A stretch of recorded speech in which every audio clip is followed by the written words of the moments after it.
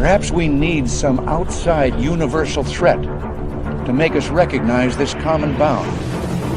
I occasionally think how quickly our differences worldwide would vanish if we were facing an alien threat from outside this world.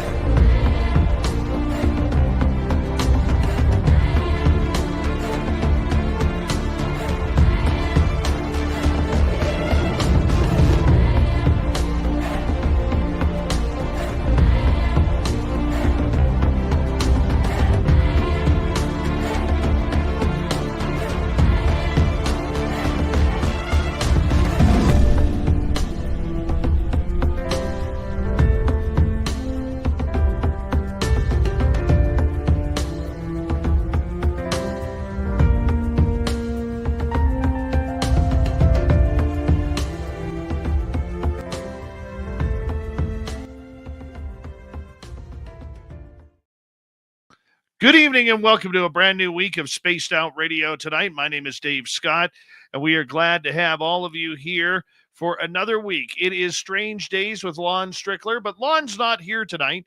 He is away, asked for the night off, but he'll be back next month.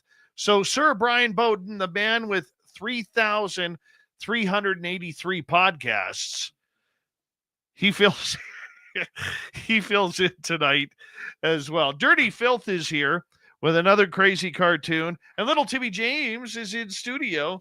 Yeah, we're having a good time tonight, so let's just relax. Find that zen in the chi. Race Fan in the gold medal position, SJ with a silver, Eternity Eternal with a bronze medal tonight. Robert Lamoth, Chris 716, Derek in the Make That Woo Poo. How are you, man? Karen in the Woo Train, what's happening? And Frankie B, Barb Madison, Ethanol, nice to see you all here. Hippie Deidre, how's the Birkenstocks? I went jacketless today, just so you all know. I went jacketless today. So warm. Chill Farm, what's happening? Lee the B and Mel WD-40 is here lubing us up for tonight's show. Because when you go into a show with Brian, you always want to go in nice and smooth. He doesn't like that rigidness that many shows have, so we got to lube up hard tonight. Dragonfly is here. Dragonfly will be signing autographs after the show. Line up to the left of the studio, if you don't mind, to the left of the studio. Fast Hemi, Stephanie, Kenny Blankenship, Philip Blair, how you all doing? Good to see you all. And Jennifer Beveridge, nice to see you. Captain K-Rod, what's happening? Human Carl is here, a great veteran of the United States Air Force. Thank you, Human Carl, for your service. Area 51, how you doing? Gory Tiger, good to see you. So we continue on with roll call. There's little Timmy James in the chat room. What's happening? Yeah. Oh, good. All right. Let's see if I don't forget to turn your mic up tonight. Happens every week. Number 4 in your program tonight, starting on defense from Stockholm, Sweden, Lars Jansson. There he is.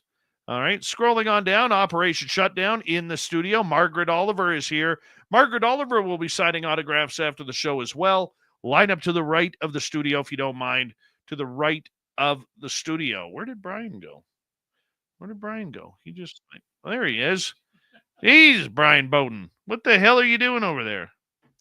Let's see here. Digger Dog, Matthew Goodka, good to see you. Hi, Noble Patrick. Rock and Rory, good to have you both here. Paramarv, how you doing? Thomas Rock and Algaray over on Twitch. So pumped up for, Brian coming on the show tonight. He did 1,600 jumping jacks in 7 minutes. You know how fast he was going? Walter Kochabinski, good to see you. As we continue on with the roll call. I'm Hardcore over on X, good to see you. And J True Seeker, what's happening, my man? Road Flare, good to see you. And Necessary Dialogue, what's happening, my man? Sweet Donna C, nice to have you back. Warden Dragon, good to see you. Bob Thorson, Richard Minnick, and Blue Moon. Good to have you all here. And Hillbilly Herb, what's happening? Broken Shadow Feather. And Xanos, good to see you. Hi, Alien Critter and SJ. Good to have you here. Bobbert, nice to see you, my friend. And Major Lee, good morning. Beelzebub has a devil put aside for me, for me, for me. Thank you. Appreciate that. All right, let's get the radio side going. Hello and welcome to the radio and podcast side of Spaced Out Radio tonight. My name is Dave Scott, and we are all good to go with Brian Bowden on strange days filling in for a vacationing Lon Strickler. We are in roll call on our YouTube side right now as we say hello to Search and Destroy. And who's next? Cosmic Joe, nice to see you. And yeah, that's it. That's it, man. We're done. We're done. Yeah, we're done. All right. Remember, the super chat is open. It's a wonderful way to support what we do on this show on a nightly basis. And of course, you can shop at our Spaced Out Radio store. We do not have ugly swag, people. No ugly swag. So check it on out. Hello there, Super Knower. How you doing? Good to see you. I'm about ready. I hope you are too. Hi, Cool Arrow. Throw those horns up, everybody. It's that time of the night. Let's rock.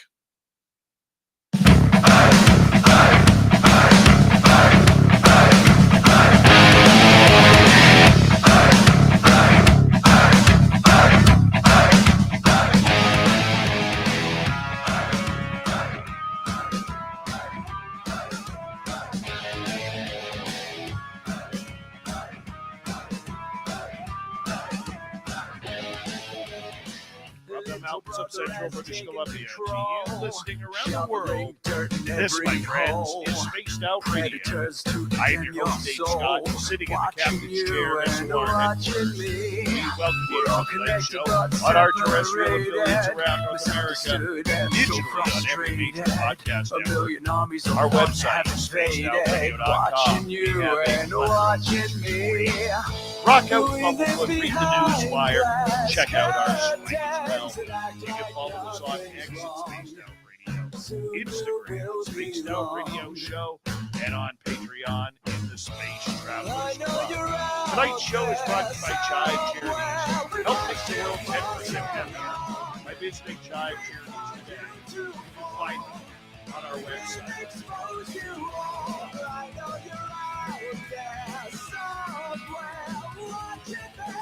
We have an amazing show of entertainment tonight.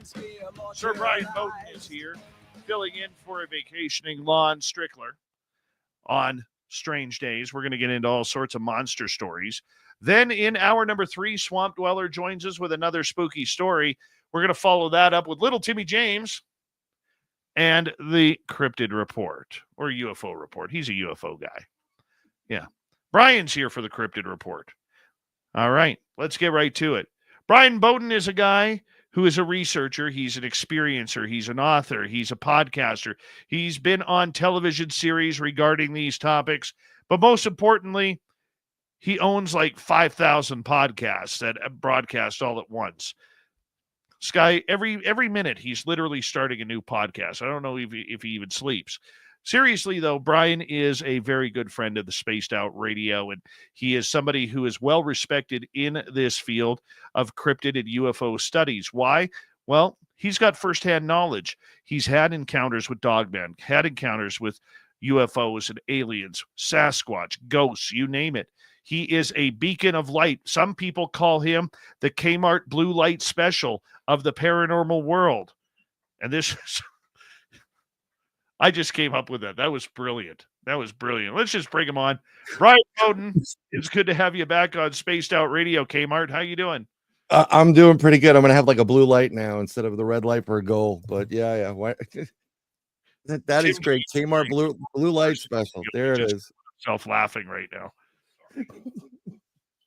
Oh my God. Yeah, no, I'm not starting another one. Thank you very much. No other podcast. I only have one, Third Eye Live, Wednesdays, 8 p.m. Eastern. So that's it. Do you remember how that came about, where I started bugging you? You 100%, because we had Beyond the Realm, and then I helped Guru out with Inside the Goblin Universe, and then Guru kind of went AWOL or crazy or whatever, and then I started Nobo Boomy. So I had like 3 different things going at once. So you just said, 10,000 podcasts and kind of stuck. But yeah, Well, it's just like every day you were starting putting out an announcement that you had a new podcast coming out. So I figured, wow, like I think I lost track at like 784. And you know what? You got to be in it to win it, Dave.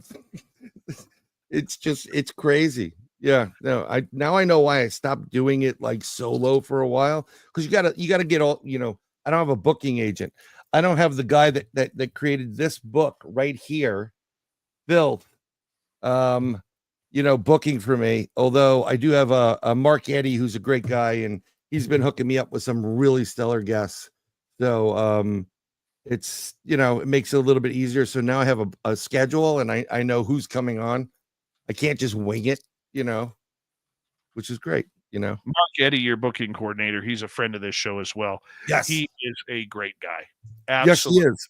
Guy. His book's almost done. He's doing a lot of stuff about the mounds, the different earth mounds.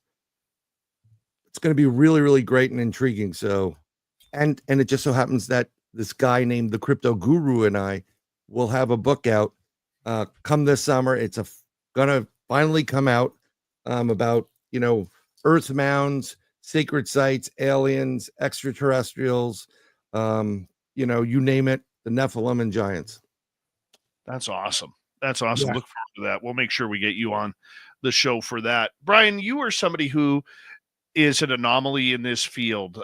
You are extremely versatile. Like a lot of researchers are researchers because they have an intriguing moment, but they've never had a true experience. You know what I'm saying? Whereas you were somebody who not only is a researcher, but you've had experiences to take you down these weird paths that many call woo. For you, what is the difference between a researcher who's an experiencer as well compared to a researcher who's unbiased because they've never had an experience? Apples and oranges. You could research all you want, but once you have an experience, not that you don't want the research, you don't need the proof anymore. When you have a UFO, like a close encounter with a UFO, or you're like within 6 inches from a giant Bigfoot head, or 15 feet from a Dogman, it all goes out the window.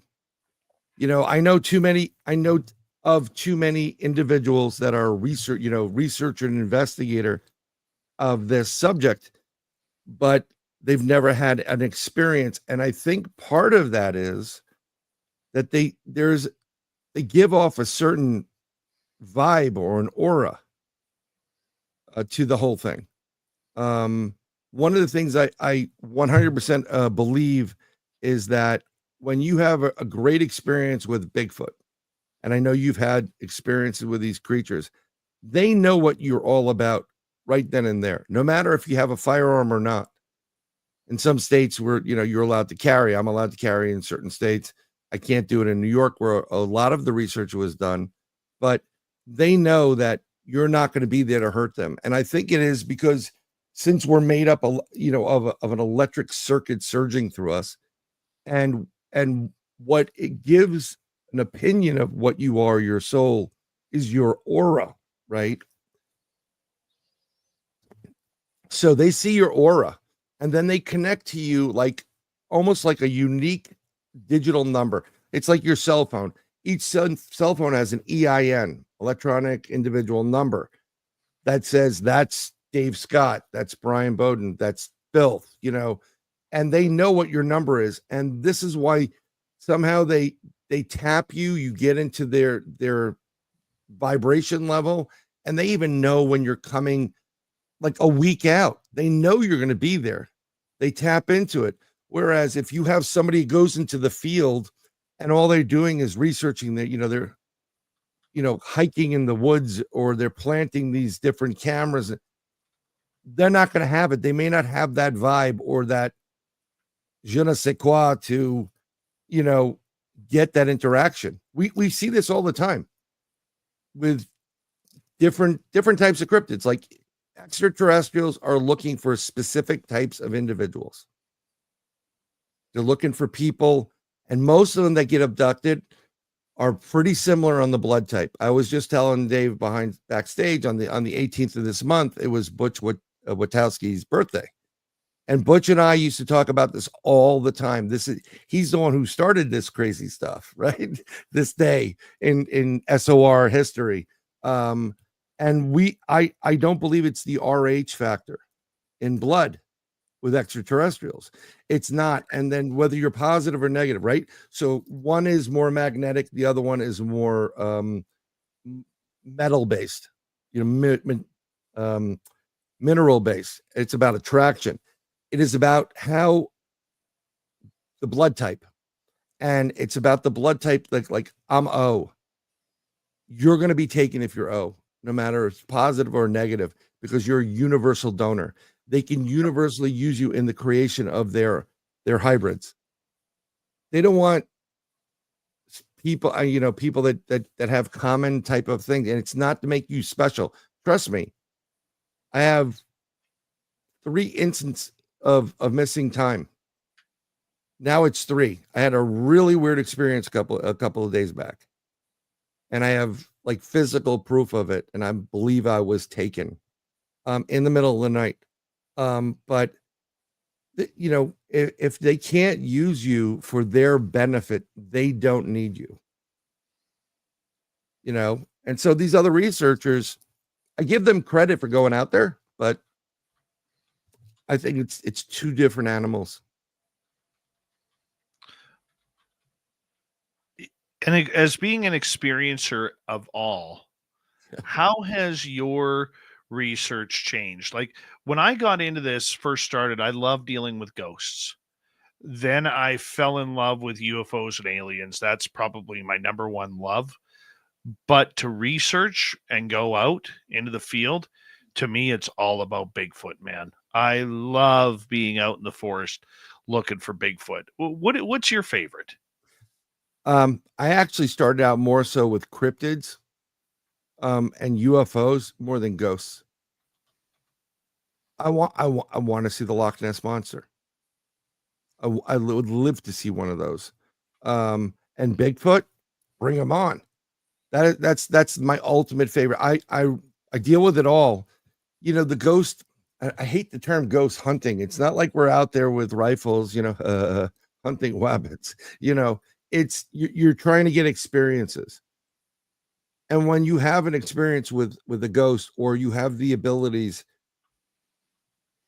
to talk to the dead for the most part, which blows your mind when you initially do it, because I know you don't like science. We're trying to do science here.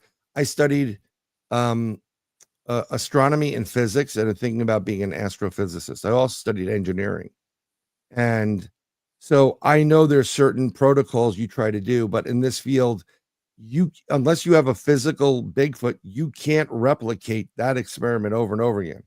Okay. With the ghosts, yeah, I've seen them. It's haunting. I don't need a ghost to turn on a light. Turn it on. Turn on the light again. I don't need that. I can see them now in the room. It is the weirdest thing in the world. I started to work on opening my third eye, and I called it remote viewing. The psychic for our group is Cindy Bailey Dove. She's in Arkansas. She knows I have the abilities. So I said, I don't want to open a Pandora's box. And she's like, yeah. She knew it was.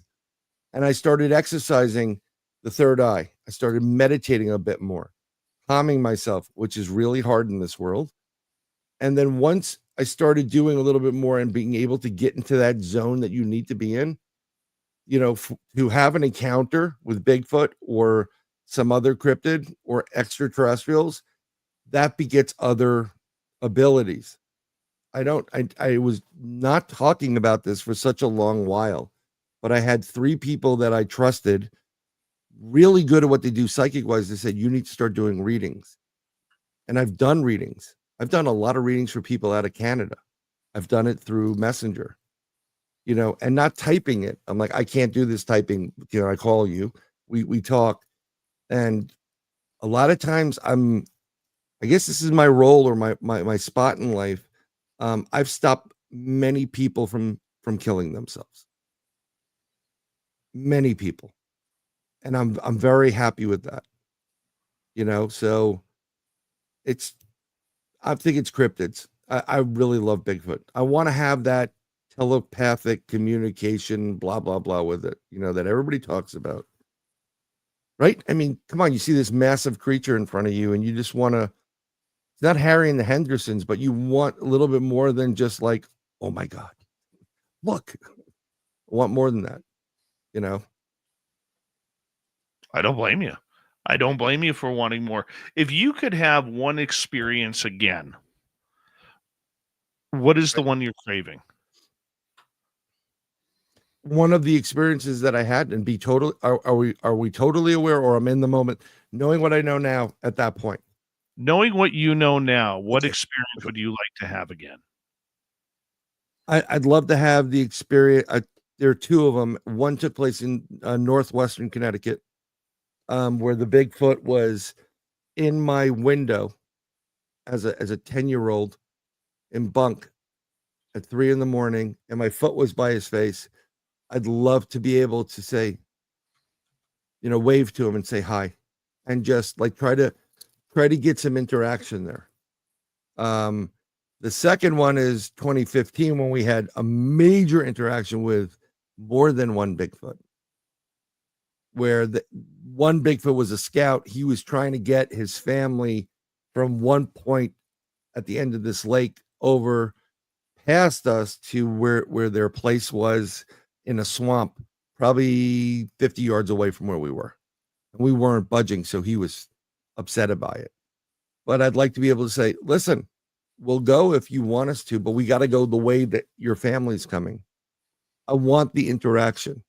I'd literally like to sit there and somehow talk to him and find out like what's going on with him. How long have you been here? What is your hierarchy? That would be great.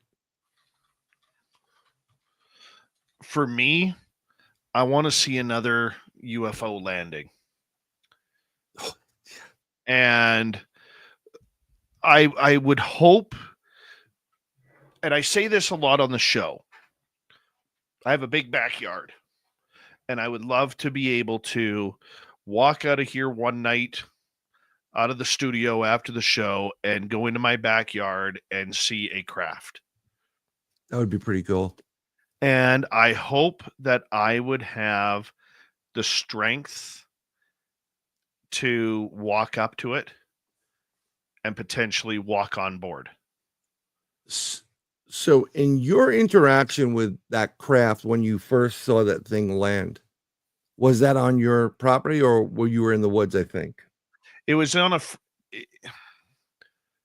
a I was friend's on place. my friend's property, and the craft was in his neighbor's yard. Now, there were only 2 houses on the street. My Right. friend had 10 acres, and his elderly neighbors had 6.5, and both properties were horseshoed by forest. Okay. So it was just there. Did you see anybody? I don't remember. Did you see someone? Didn't you see someone or come out of it or hanging around it? No. No, there was at first when I first saw it, it was all bright white light shining through the trees. Right. And I immediately started thinking, okay, who's got one of those million candle watt flashlights that you can buy at the hardware store? Yeah.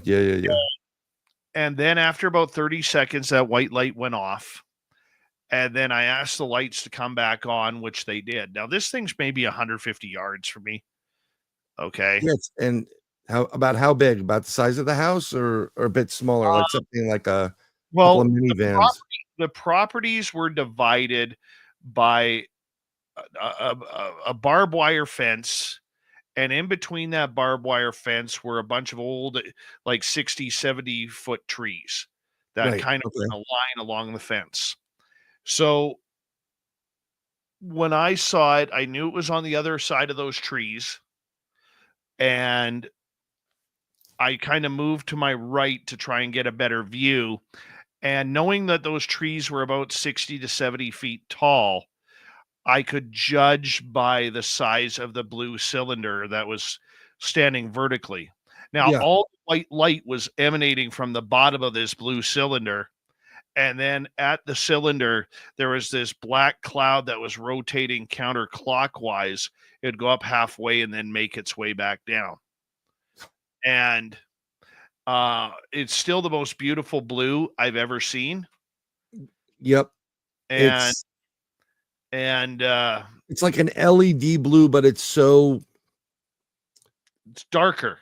Yeah, but it's bright, but you kind of can, see it, see it. It's like a police vehicle or an emergency vehicle's blue, except darker. That's the only way I know how to describe it. I mean, if you approached it, if you had the cojones to approach it, do you think you'd be let in? And you know what you're dealing with there. If they're in my backyard, I think I would be. Okay. Different story, right? Because they're there for you. That I do is I try to get it in my backyard. Have you tried using active intelligent encounters where you use your consciousness to kind of call it in? I know you do that with who? Psionics, isn't that the new term? No. I've been doing active intelligent encounters long before Dr. Greer has been doing CE5s and whoever else wants to call it psionics. You know what? To answer your question, yes, I have. Okay, so I mean, they may not come to you because they already know that you're, they know you're a supporter, you're a fan. They don't need to come to you. They don't need to wow you or maybe try to captivate you somehow into doing what you have to do. That's just one idea of it. The other idea is with the different races, each one has a different objective, and some are very aggressive. A few are very aggressive. When you get into the insectoids and the reptilians, and they're super aggressive. They do not like us. Whereas the other beings, and that's, besides the Pleiadians and the Wookiees and whatever, the light beings, the interdimensional beings, they're a bit different. They would be a little bit more like, come on in, type of thing, more welcoming. I used to want to go, pick me up and let's go for a ride, and I'll be able to fly it. And it's not like that. That is an earth construct, a human fantasy. And it's a really good shot. If you're getting on that craft, you're getting something shoved up to get the sperm, and then, whoever. It may not be a pleasant ride. It may not be, and I'm not willing to take that chance. That's why you have to always put it out to the universe who you want to come pick you up.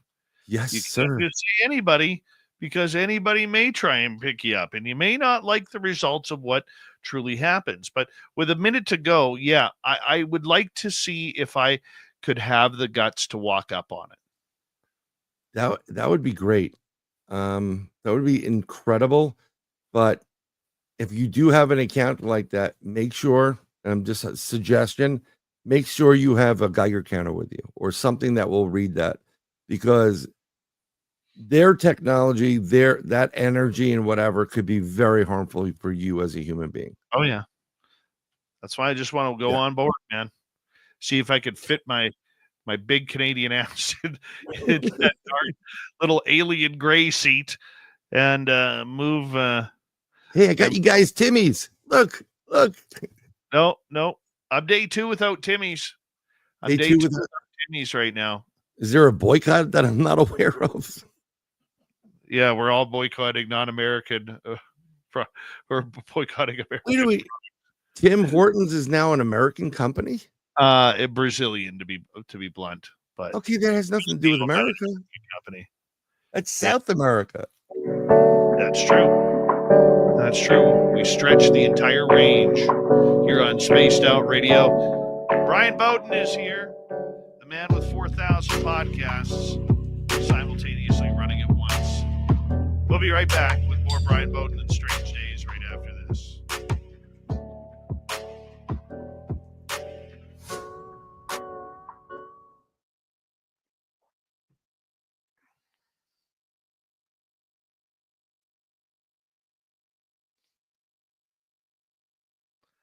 Yeah, not gonna lie, I would totally. I if I know me, the way I know me, there is no way in hell I'll approach it.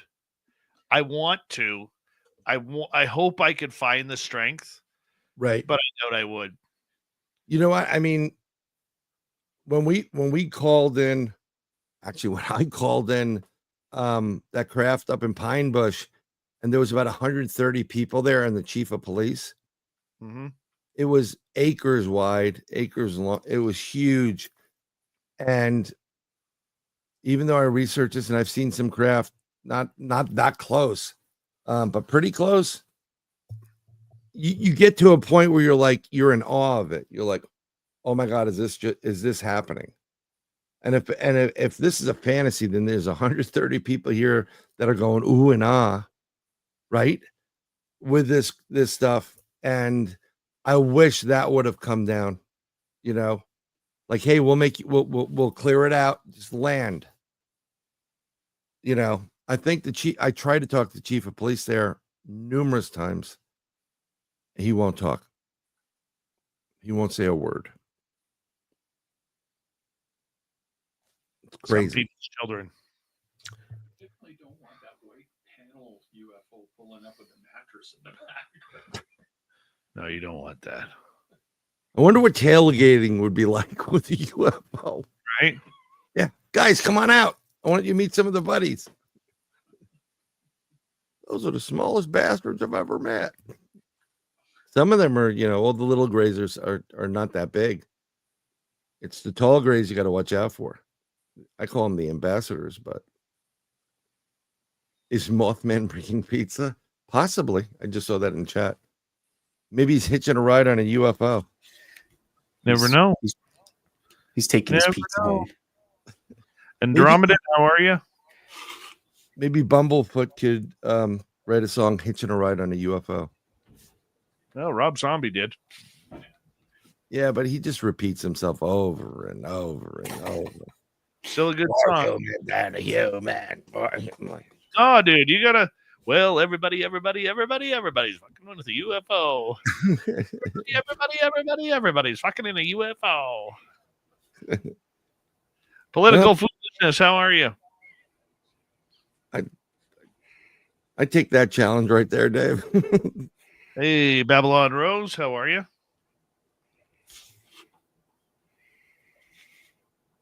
I thought Tim Hortons was Canadian company. I didn't know. Yeah, everybody used to be something, Yep. A crypto guru reunion inside the Goblin universe. Yeah, that's gonna happen again. Woo. Guru time. Yeah, in a couple of months. He'll come back. Who's my first guest? I'll be your first guest. You can be the guest on the Inside the Goblin Universe reunion tour. I wish I was making money off of that. Roger, how are you? Hi, Dirty Filth. Hi, Dave. Hi, Brian. Hello, You can tell that Filth actually shaved his knuckles before tonight's show. Yeah, don't want to clip him on anything. Where's Blob? Downstairs on the heat register. Yeah, she hasn't been around in like a month or so, bud. Like, people are getting pissy. I'm not moving the old cat. She's old, Dave. She's old and bony now. There's a couple of things that I remember. I remember the days when Dirty Filth would not only go get Blob for us, but he would also add me in a cartoon every now and again, and he stopped that about 3 years ago. No, you and I. Wow. You need to draw Blob on top of Dave's head, getting beamed up into a UFO. Could probably do that. That would be pretty cool. I'm liking the little promos I'm seeing for SOR. Those are great. The online promos, that's all. Yeah. All those, those are great. I don't know what you're doing, but keep it up. It's cool. Yeah. Yeah, don't let it. It'll go to his head, dude. Great job, Tom. Thank you. Thank you very much. No, I don't have a knighthood from the Queen. I have a knighthood from the Knights Templars, and it is I have a big certificate. It was a whole to do. All But right. I don't. I need to cut you off right there, brother. I'm sorry. Thank you to Joe, Bob, and Jennifer for the super chats. Greatly appreciate the love. And here comes the next half hour.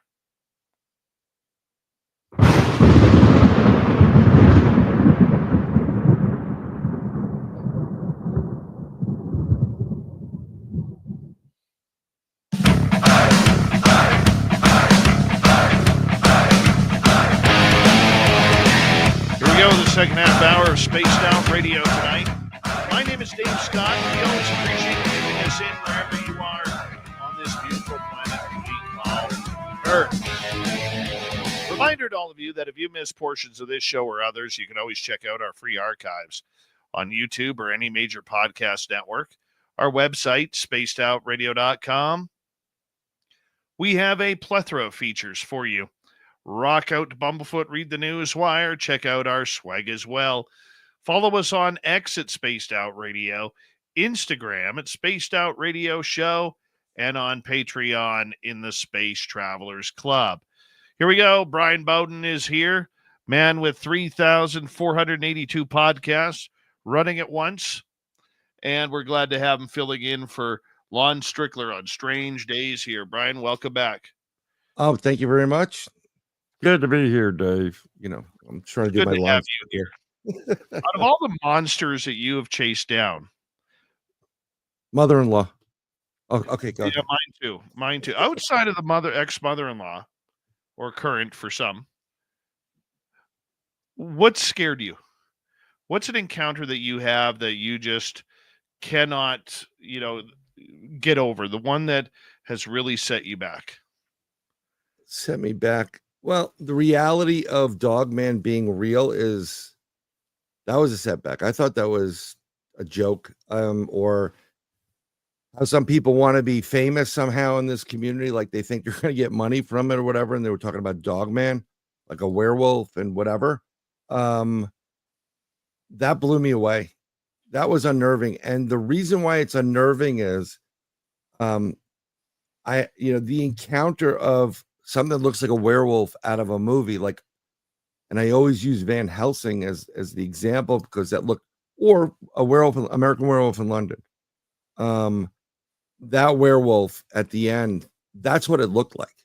But standing there, same height as a Bigfoot, about 7-8 feet tall, claws, and just salivating, and this thing can just 2 seconds kill you without even thinking about it. That's unnerving. I do not like coming up against them. What was it at the end of last summer? I took a couple of people that wanted to go into a certain area upstate New York. And there, if you have Bigfoot on a property, there's a good chance you have Dogman.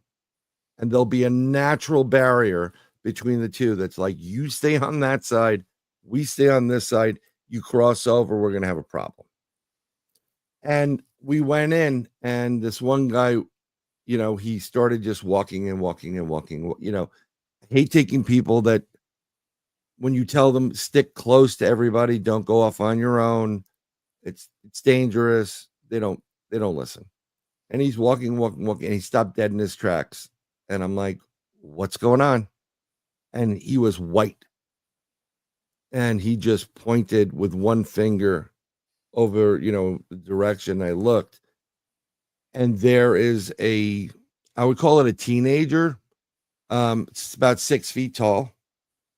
And it's growling. If you've ever had a dog before, like a shepherd, or if you ever seen them curl their lip, and it's kind of making a growl, and you feel it in your chest as if a bass is, you're at a concert, and he's just freaking out. And I just said, okay, everybody stop. We went the wrong trail. That's why I didn't want him to go ahead.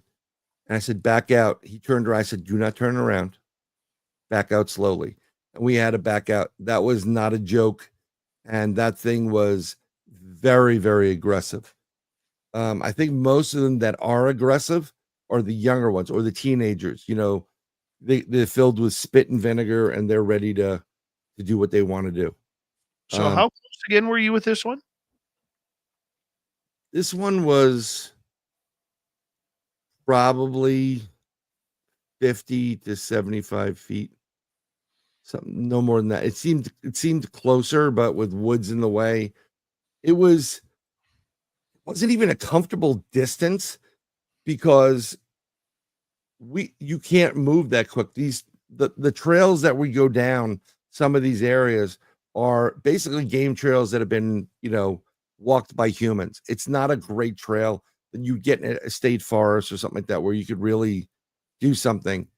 And I'm not Jesse Owens, but I could run really quick when I need to. But this thing was super, it was telling us, get out. You're in the wrong spot.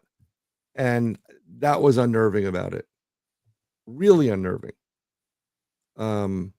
The one that I was peeing in front of, and not because I was scared, because I didn't want to pee on a cemetery, he just sat there. And it didn't register to me. And he was about 15 feet from me in the shadows. Thank God it's 3-foot grade. And I'm doing it, and my buddy, Al's there, like, come on, Brian, let's go. You can pee later. I'm like, dude, I broke the seal. When you break the seal after a while, you're not going anyplace. And he just sat there. And I'm looking at this creature, and he's partially in shadow, but you can see the snout. No teeth showing, but you can see the ears go, massive. Dave, when I say massive, what am I, about 3 feet wide, 4 feet, 3 to 4 feet average? That's what a human being is.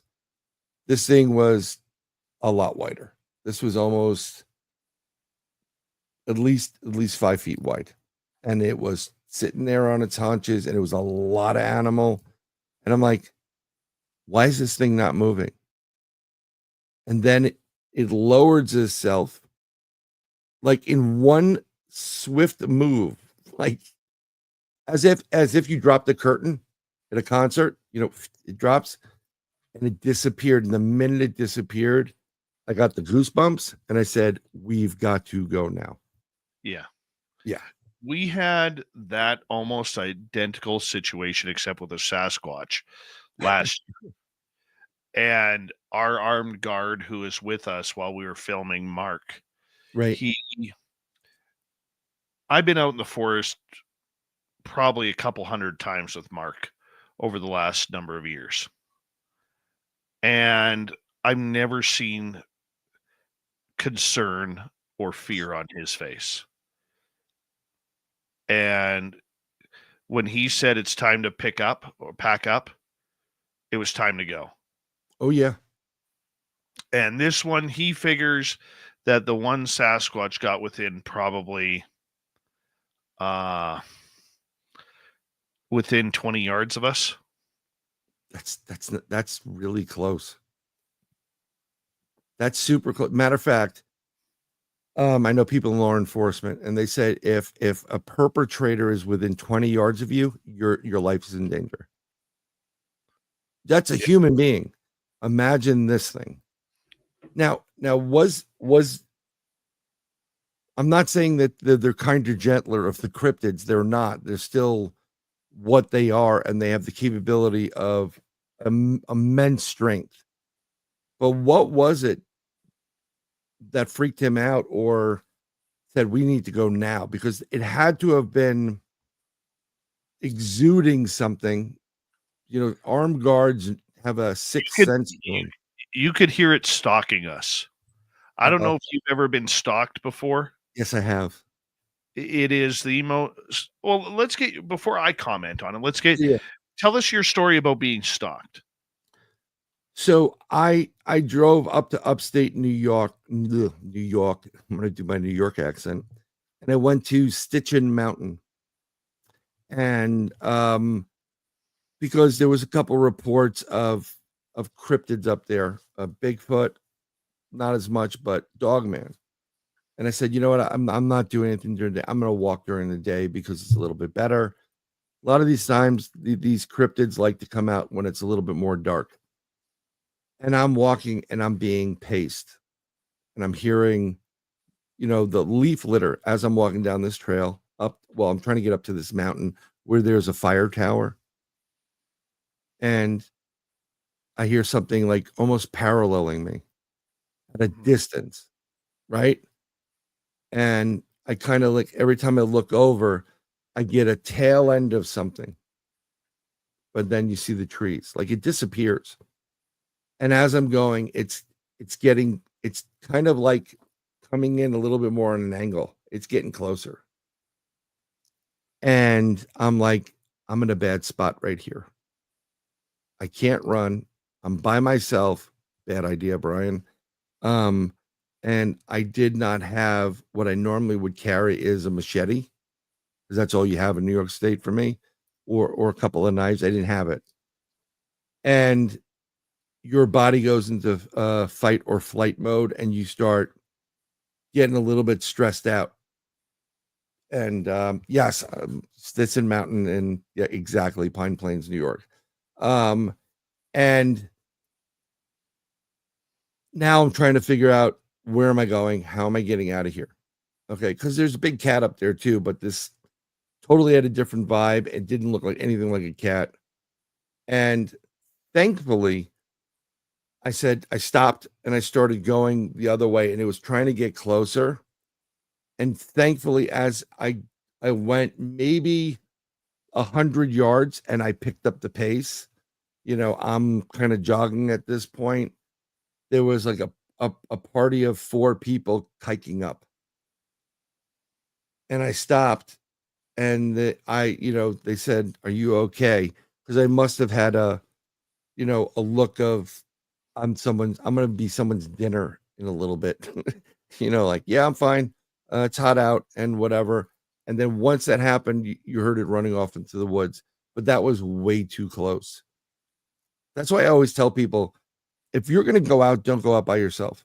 Go out with another person. It doesn't matter if it's your best friend, your girlfriend, whatever, your wife, whoever it is, because if something goes down, one, somebody can go get help, but more importantly, not that you're going to outwit or take out a dogman with a machete, but 2 against 1 is better than 1 against 1 with something that's like, this is what they do. They kill things. It was unnerving. Yeah. And you know what? Like, even with myself, there are times where I've had buddies say to me, "Hey, let's go out this weekend." And they're all like, "Yeah, game on, game on." And then like an hour or 2 or 3 before you're heading out, they cancel. And you're like, damn it, that just ruined my plans. I want to go out there. But Right. I mean, you don't want to go out alone, because never mind the cryptids and everything. The cryptids are the least of your worries.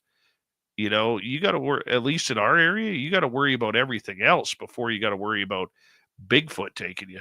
You got a lot of criminals a lot of the areas I go to is Appalachian Trail, and you could go through tons of stories of what takes place on the Appalachian Trail. Murders, liars, thieves, cowens, the whole gambit is on that. It's gets a little bit unnerving, That's why, have you ever noticed that someone that lives or grows up in Appalachia, by the mountains, by birth, they'll all tell you the same thing. I was told, don't go in the woods at dark. As soon as it starts getting dark, you get the heck out of the woods, and you don't listen to something. If you hear like a familiar voice, help me, or whatever it is, you turn around, don't acknowledge it, you go back home. They know there's something wicked, that comes their way. There's reasons for it, and they tell each individually, but they don't want you even going out with a group. This is no joke. There are cryptids and it's not even just cryptids. There are things that have been on this earth since the creation, before light was created, that are not nice. And they want you. They want whatever you're made up of. They may want your soul. They may want something else, and you can't fight them. It's just, don't be so humanly arrogant that, there's all these different things taking place and we're superior.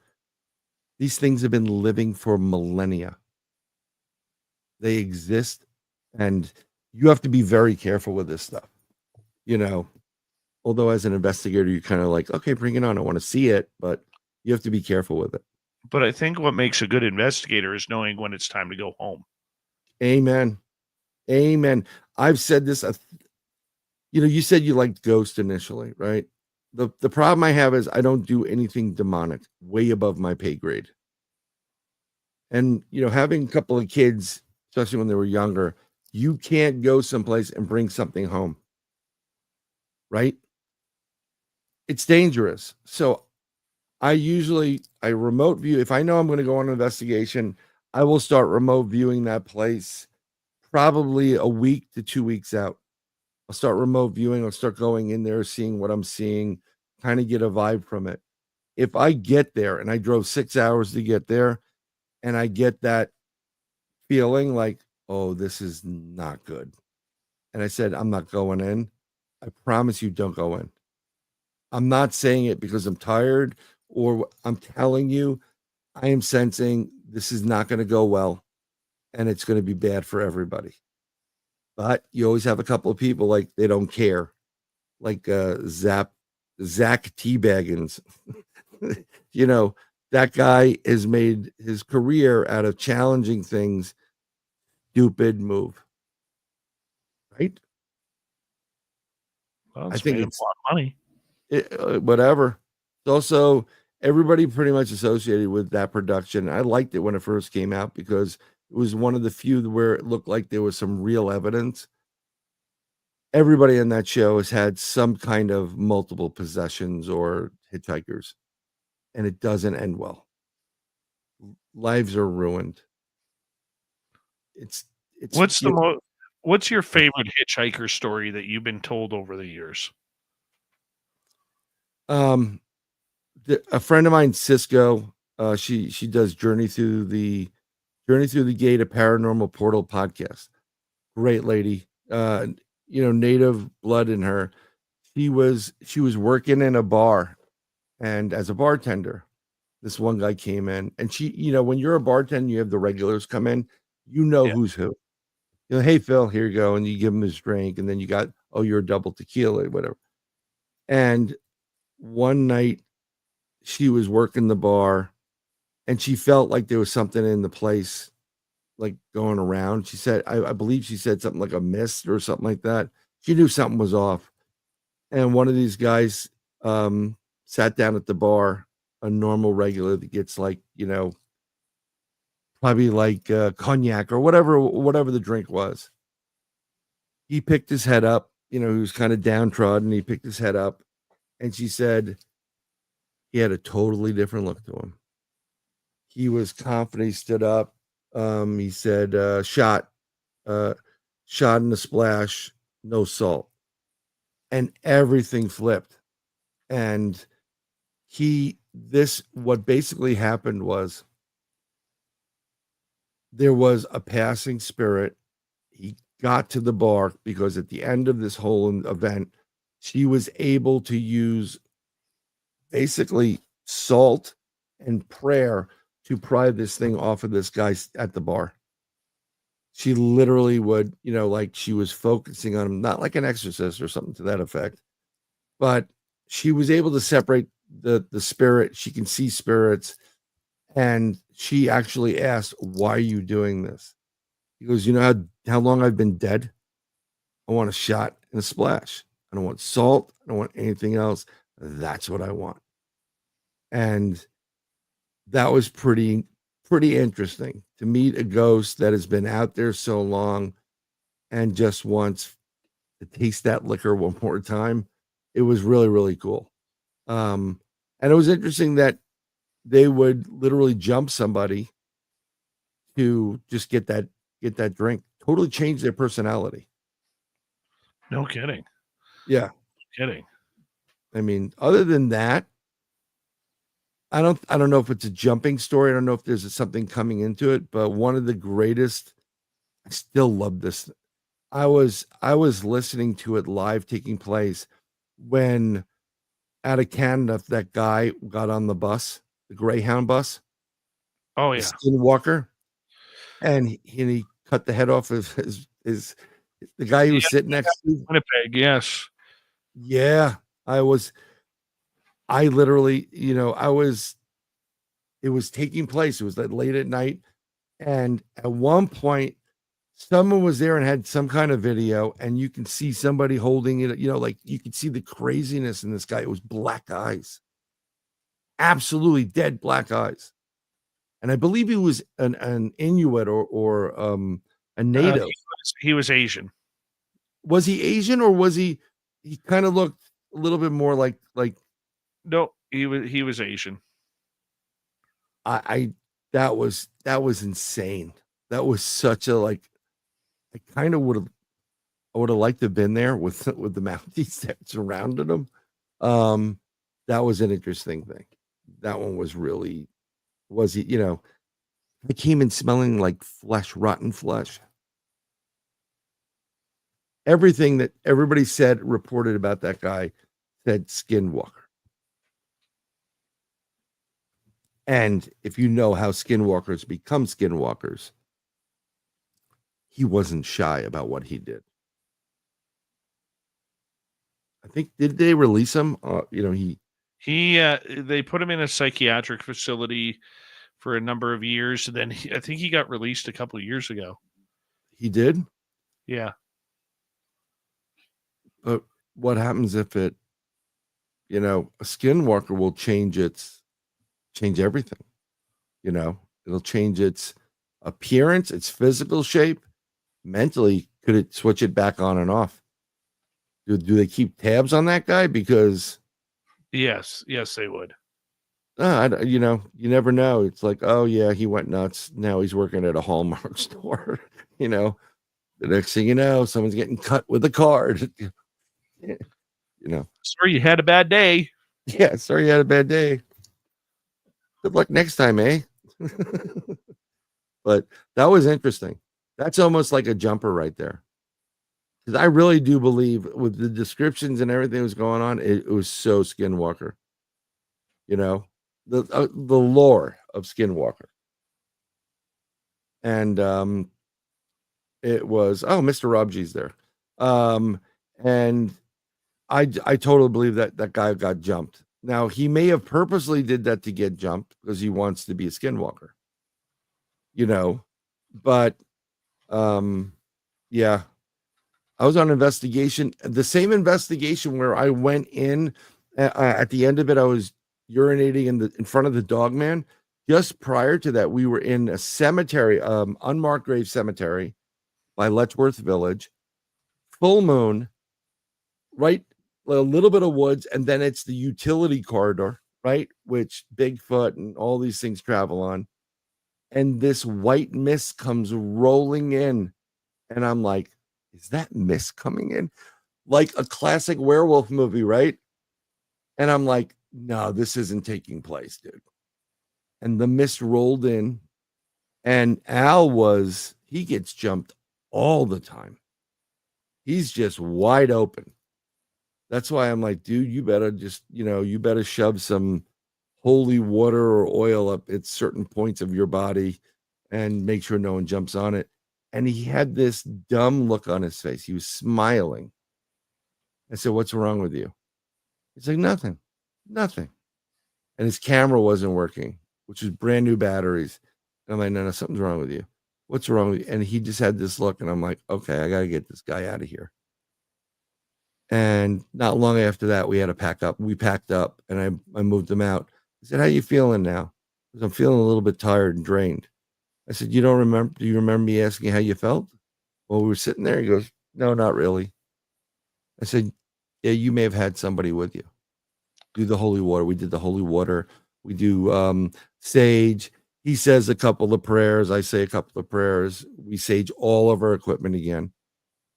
And on that note, Brian, I'm going to get you to hold on right there because we are going to go to break here at the top of the hour. Brian Bowden is here, researcher, podcaster, author, public speaker. This is Spaced Out Radio with host Dave Scott.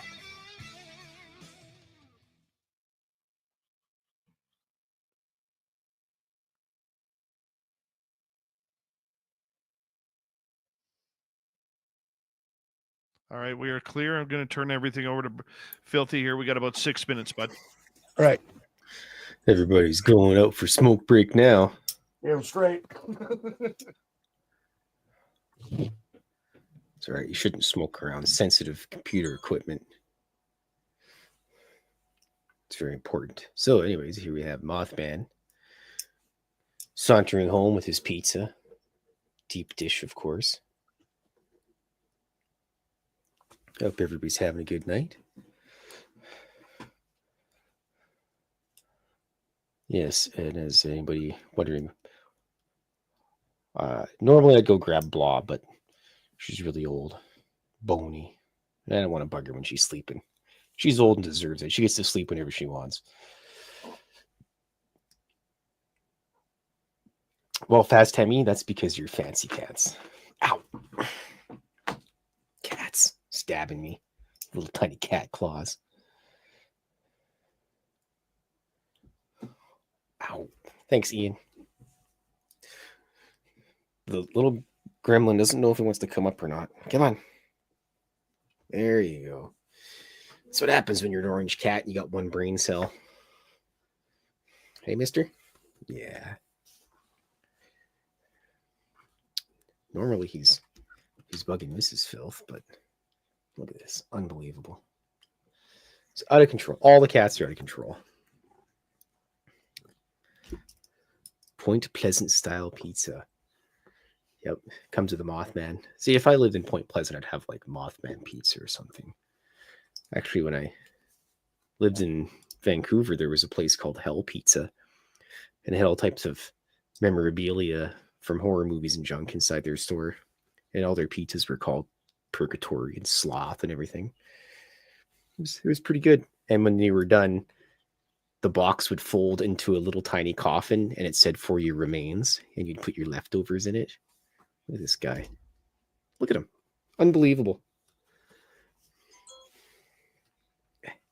Here we go. A little bit of cat and drawing in one shot. Right, mister? Yeah, he's out of control.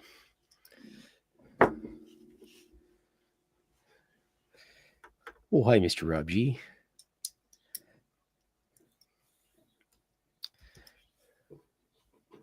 Here, let's give him a knife. There you go. That's just what we need. Yeah. Welcome to the show. I'll make sure I give Blob an extra snack or two for you. It's actually been a little bit warm here recently, so she got off the heat vent and went and sat on the back of the couch. Yeah. Ow! Hemorrhaging here. They're going to come back. We're like, where's Dirty Filth? Oh, he bled to death from the cats biting him, poking him with little cat holes. Cat daggers on the end of little cat hands. Unbelievable. Ooh, riders, yeah. If you're not getting dirty, you're getting filthy. That's correct. Little cat claws, can't see them, but there they are. Shling! Look at those daggers. Yeah. It's Sir Bowden again. Hello, Sir Bowden. Boop. He's got to get his headphones on. He's got the little tiny earpluggy ones. Boop.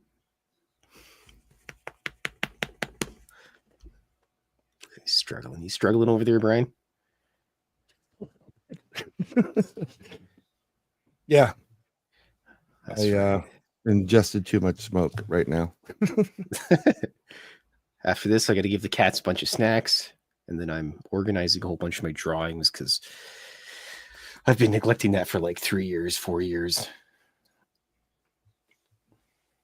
Terrible. But the book is a great collection, by the way. It's Thank awesome. you, sir. I appreciate it. Did Yeah, you find the I hidden love it. cartoon yet? Yes, I did. Thank you. Perfect. Yes, sir. And your card's at Dave's Cat. So it's just a great book. Everybody should pick up a copy. Support I Phil. agree. Yeah. Go to- Volume 1. All right, Dave. All right, Time for Dirty cat Phil. snacks. Have a good night, gentlemen. Good night, sir. Extra treats to Blob for us. I will. All right, buddy. That's Dirty Filth, everybody. He's dirty.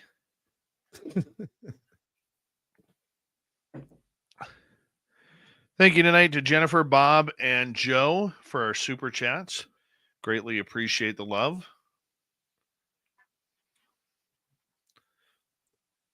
And Brian, we're coming up here in about 30 seconds. Hi, Adam B. How you doing?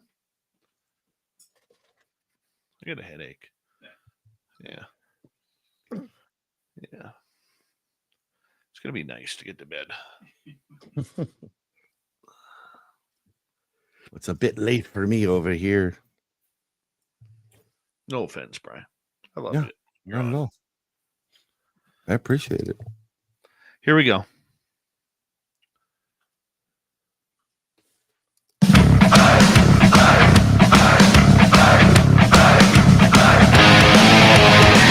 Here we go with the second hour of Spaced Out Radio tonight. My name is Dave Scott. Very much appreciate you tuning us in wherever you are on this beautiful planet Earth.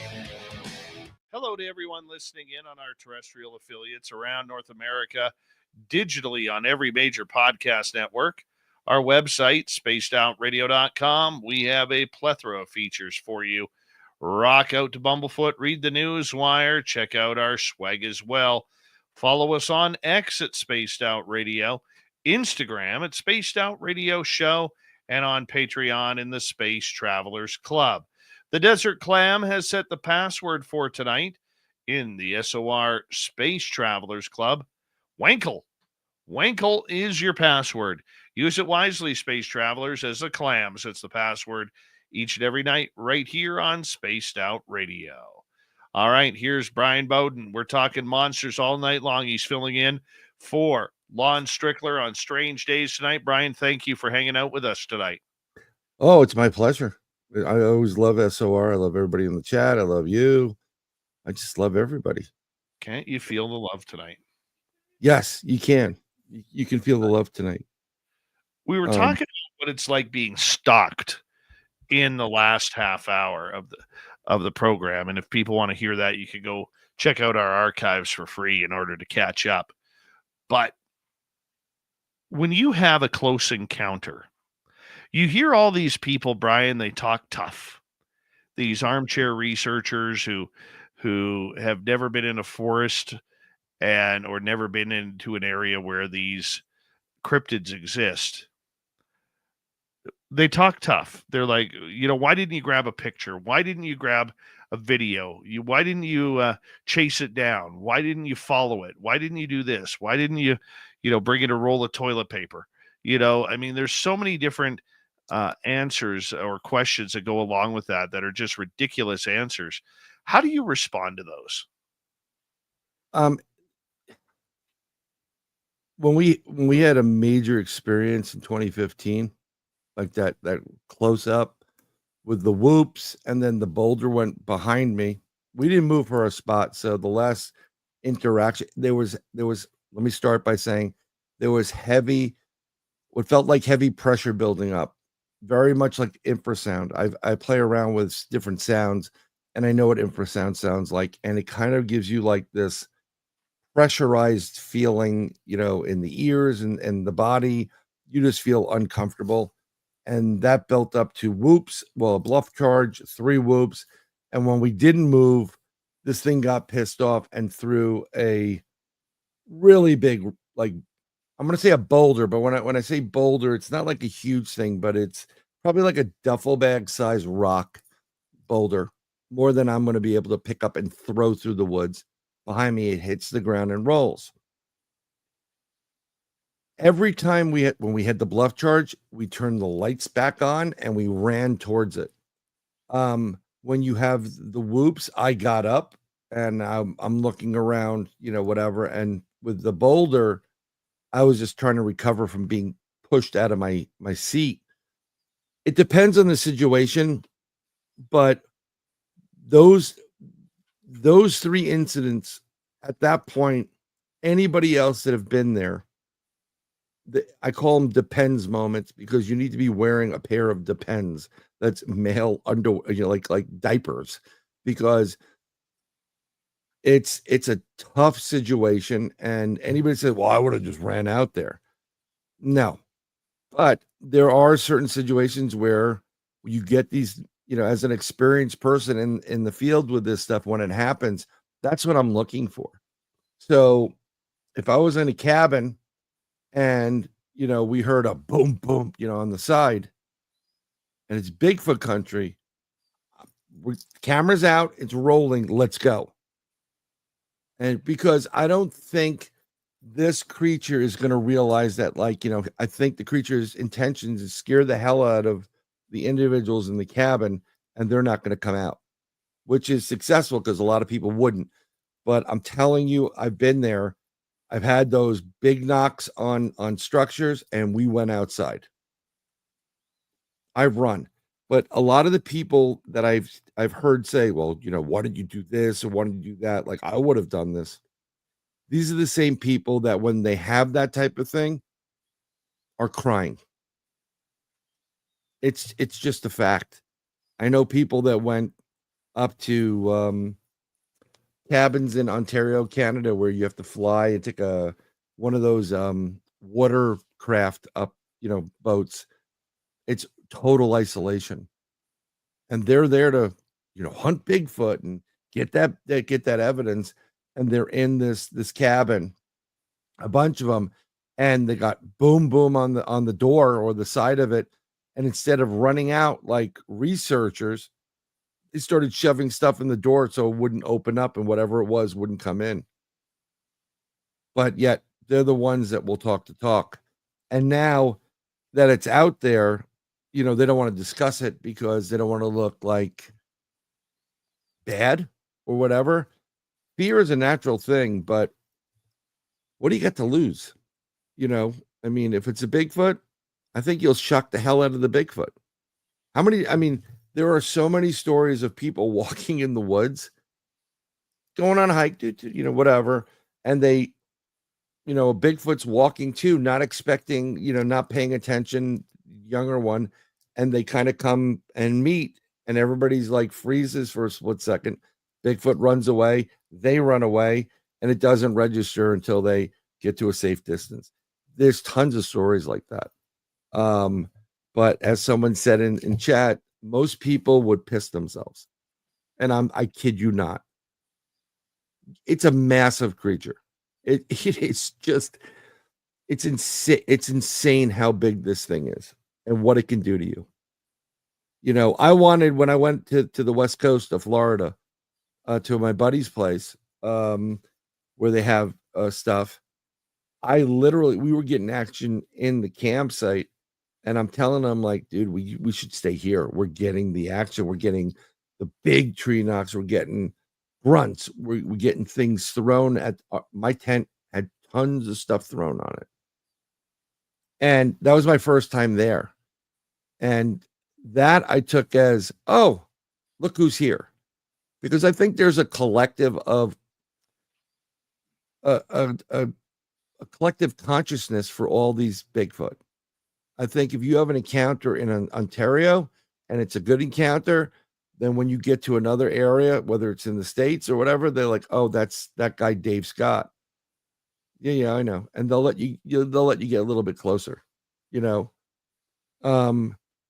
I thoroughly believe that somehow that they know. Now, whether that is that they are always connected to a source, kind of like the Akash record, or whether, and I believe that these creatures have an innate ability to go from flesh and blood into interdimensional. They can change every part of their body molecularly. And changing the energy form too. This is why you're going to get some of those orbs and the lights that people get, like, oh, it's a UFO. That's not a UFO. That is a Bigfoot that is traveling in a different form of energy, and then will manifest itself as a flesh and blood creature. It has the ability to do it.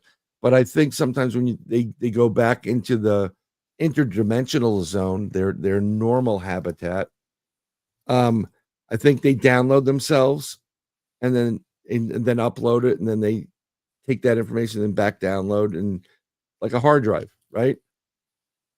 You got this stuff, you've been working on X, Y, and Z, you got this experience, so you save it to your hard drive, right? On the cloud. And then you're going out and say, oh, I got to go on this trip. Okay, let me take some of that stuff with me. And you take it with you, download it into your computer, and then you go into the field, and then you have the experience. But, that's how it works. And that's what I'm feeling there is,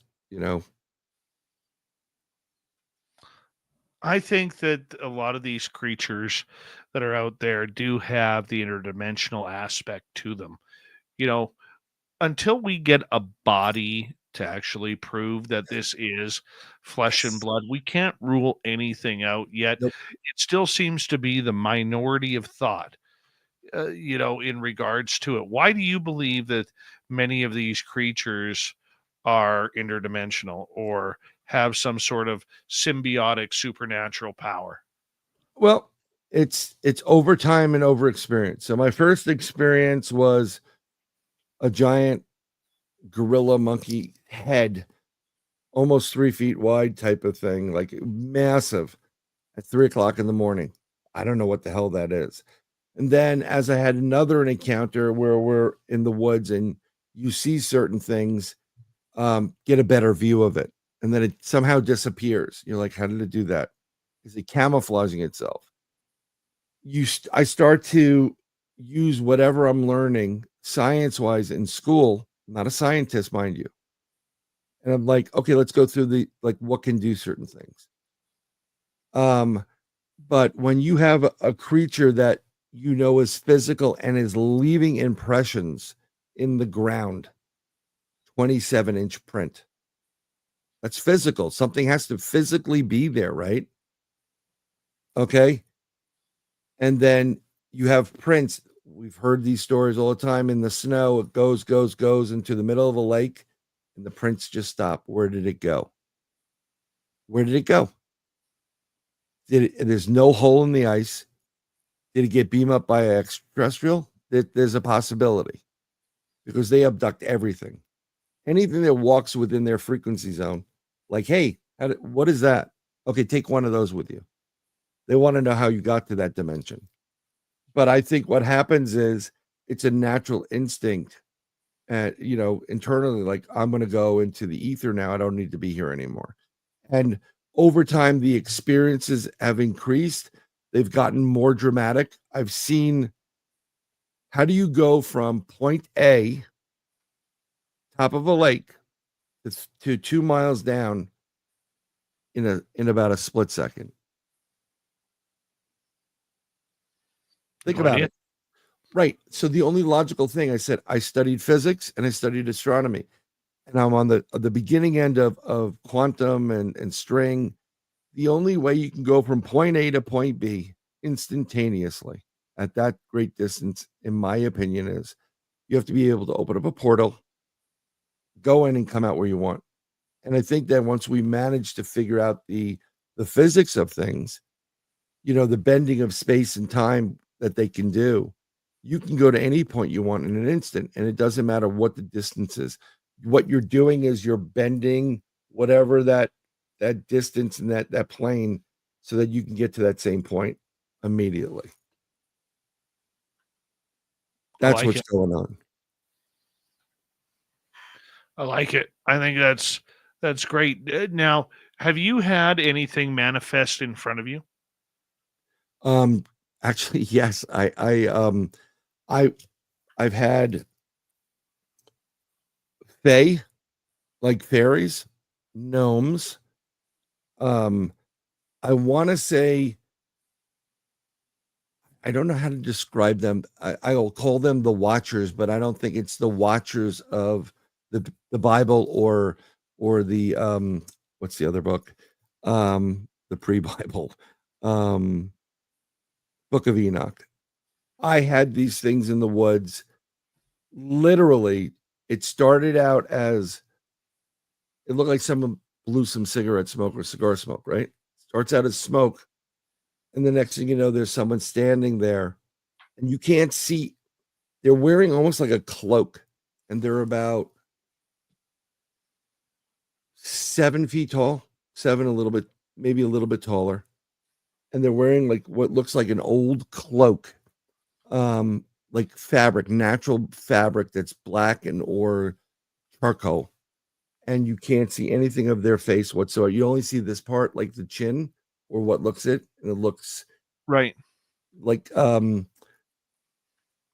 it looks a little bit grayish itself too. Like it's, I'm like, is this the Grim Reaper, type of thing.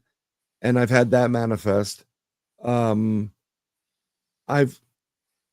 Strangest thing in the world that ever happened is I was in my apartment in New York. I'm in the restroom, sitting there minding my business, and I see a flash, like a bright flash, and I didn't have my phone there.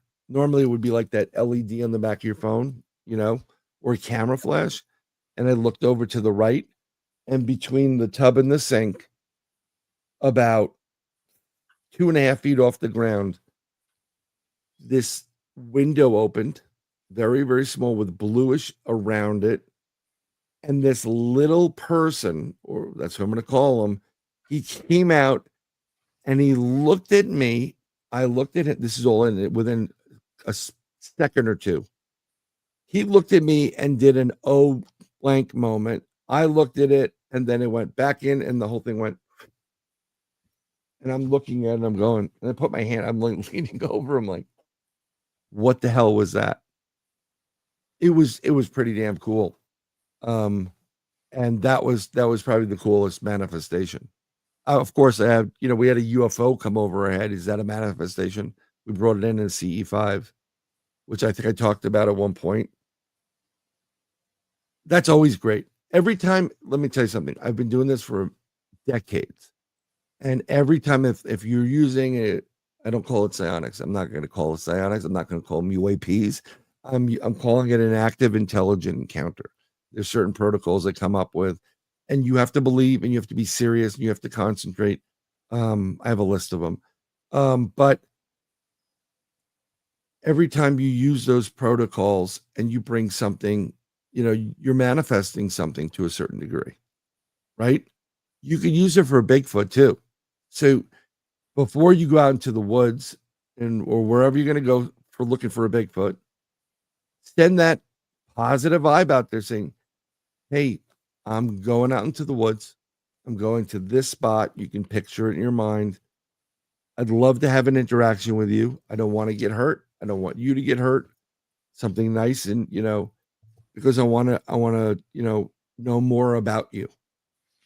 And the more you do that, the more you'll start getting in touch with that frequency and bringing it in. You'll be amazed at it. 5 minutes ago, before we have to go to break at the bottom of the hour, Bryan Bowden is our guest tonight on Spaced Out Radio. Before we get to some audience questions here, Brian. Sure. What's the weirdest creature you've ever investigated? I mean, not the popular ones, but the ones that we don't hear much about. Weirdest creature. I got to think about this. About your gnomes. I mean, it's gnomes, or I don't even know if it's a fae. I did this investigation for a friend of mine. I was in Florida and I remote viewed it, and I was in it, it was like a goblin. Basically, what it looked like was, the bankers at Gringotts in Harry Potter, but it looked thicker and fatter than that, and that was pretty damn strange to see. That was really, really weird, and it was not nice. It was nasty. It knew I was there looking at him. I described everything to a T to the person that asked me for the help.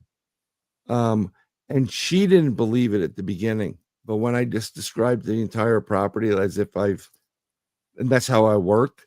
And I described, we'll go upstairs. He's sitting right there between the spindles and saying, F you, F you, F you, cursing at her. And she goes, you hear that? And I said, yeah, I could see it and hear it. And I'm telling her all about this stuff, like where to place things, where to go, what room to go in. She's like, how do you do this? How did you know all of this? I said, this is what I do.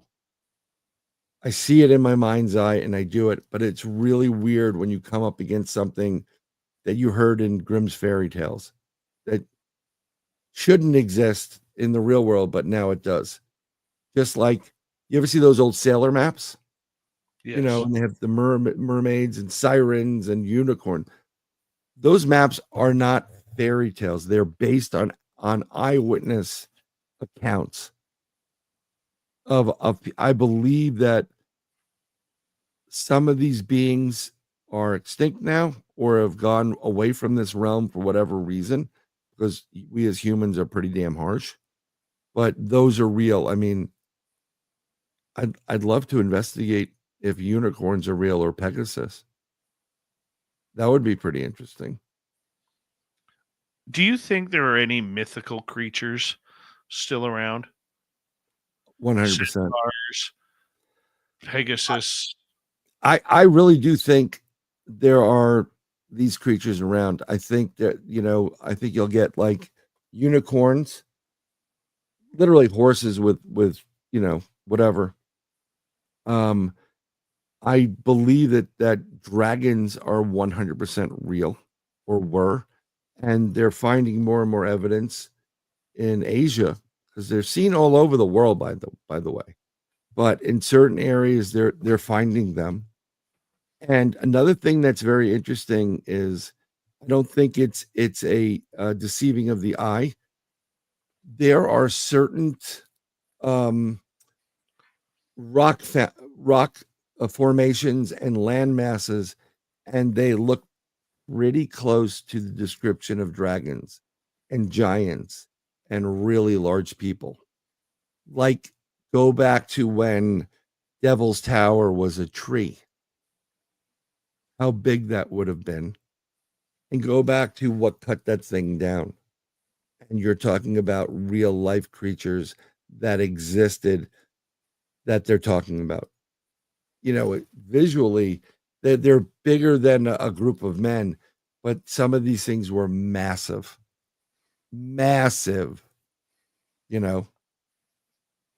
So yeah, I believe they exist. Perfect. I don't know, and the reason I've never really asked that a question about, especially about the Greek mythos of these creatures. But going back to you go into Texas, where people claim to have seen miniature raptors running around and miniature T-Rexes running around, like standing between maybe 18 inches and 3 feet tall. I mean, that's scary stuff right there. Well, right now you have people playing around with genetics, so you don't know what they're playing around with, right? They're trying to bring in the woolly mammoth, but you don't know if they're trying to bring out the velociraptor or a T-Rex or something else. And you don't, I'm literally convinced that they don't know how to contain these things. It's like Jurassic Park for the most part. But that's one side of it, on the genetic side of it. The other side of it is, I believe there's certain areas and throughout certain time periods, including right now, where we have they're messing around with timelines and different dimensions. CERN is a big problem with that.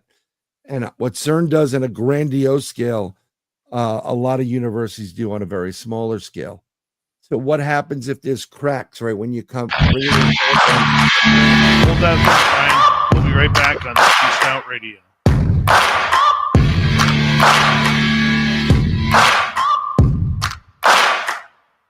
You're listening to Spaced Out Radio with your host, Dave Scott.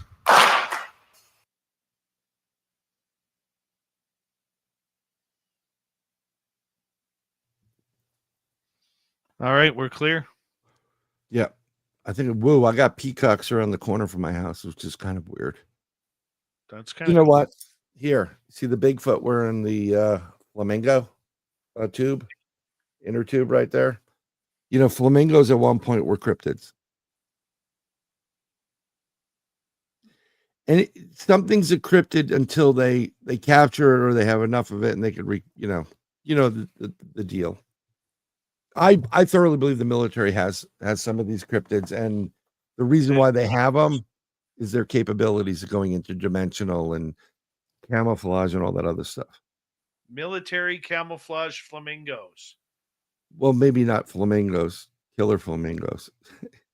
Yes, I'm Team Tree, whoever wrote that. I'm sorry. I saw it out of the corner. I am Team Tree. Yeah. Actually, I think I showed you guys the picture of my daughter with the fairy on her finger. No, I don't think you did. I'm gonna go find it for you. Yeah, my daughter had a fairy on her finger. It was we were going during the lockdown portion of the program. and she had a fairy appear on her finger. I'm gonna just switch this to icons or something like that. It was the craziest thing. Yeah. Oh,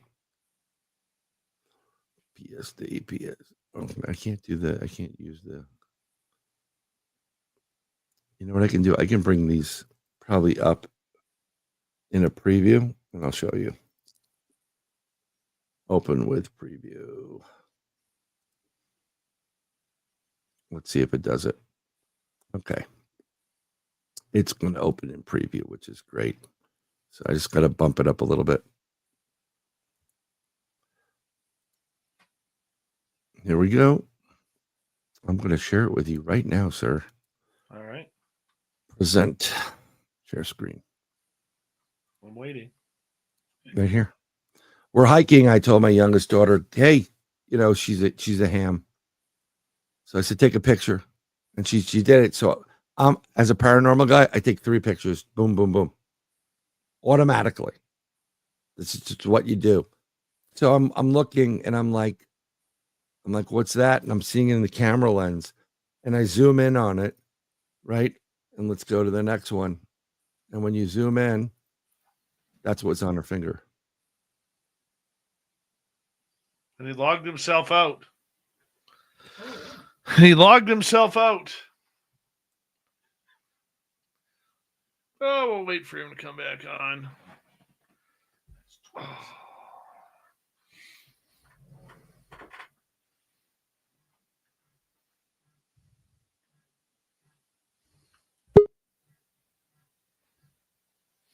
Hold on, Brian. Sorry about that. But that was a zoom in. I don't understand why it did it. I don't remember cutting cutting it out, but that's what appeared on a finger. And it was really weird when we got to the top of the mountain. This is over in upstate New York. I've had Bigfoot encounters up there. I'm going to see if I can zoom in a little bit more and see if it'll show you. There's structure there's bone structure in this thing. It is the craziest thing in the world. That is weird. Yep. And someone like, another investigator, oh, that's a what do you call it? A lens flare. I said, bro, that ain't no lens flare. But as we walked up to the top of the mountain where the fire tower is, I was walking with her and I just got this overwhelming sensation. Make sure they stay in front of you. And something went by me. No one was around me. Something went by me and I felt the wind move. And she started to run away and I grabbed her. I said, no, you stay by me right now. Something was invisible up there. Mm-hmm. Yeah. So that's 2021. pretty Very crazy. cool. Yep, I'm gonna unshare it. That is cool, dude. Thank you for sharing that. No problem. I mean, that was like, but you got to understand, she's super intuitive. She says things that'll blow your mind. Like she reads everybody, and she doesn't understand what she's doing, but she's reading them. Let's say thank you to Major Lee, Jennifer, Bobbert, and Joe for the super chats tonight. Greatly appreciate the love. Hi, Joanne. How are you? Here we go.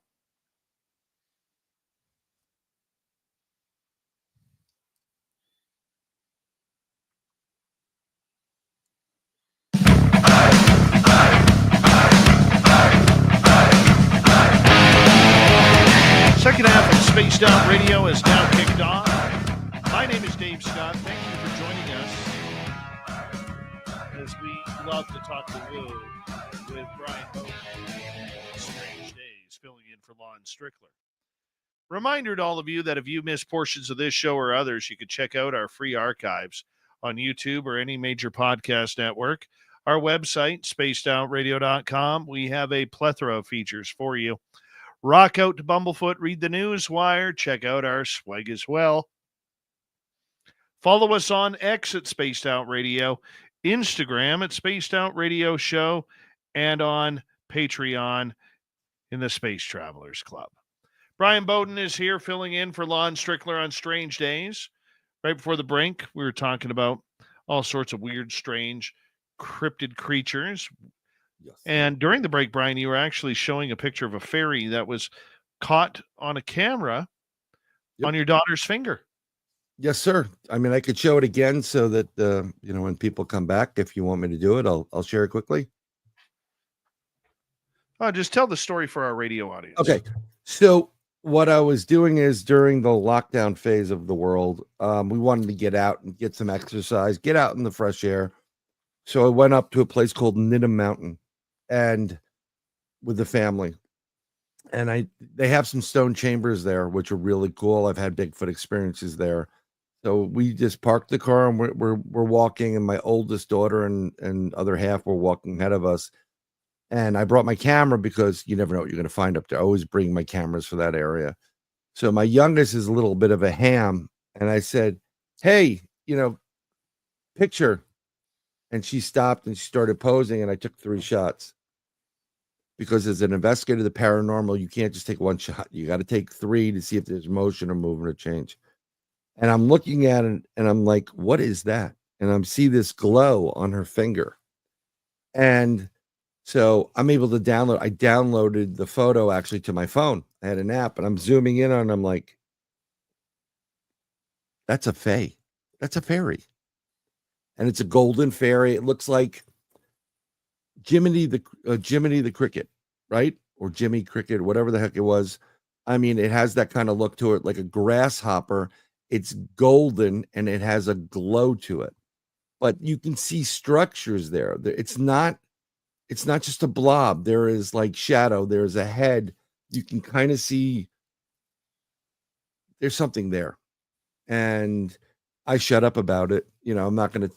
My youngest got really nervous around these things. We go up to the top of the mountain. They're trying to get up to the fire tower.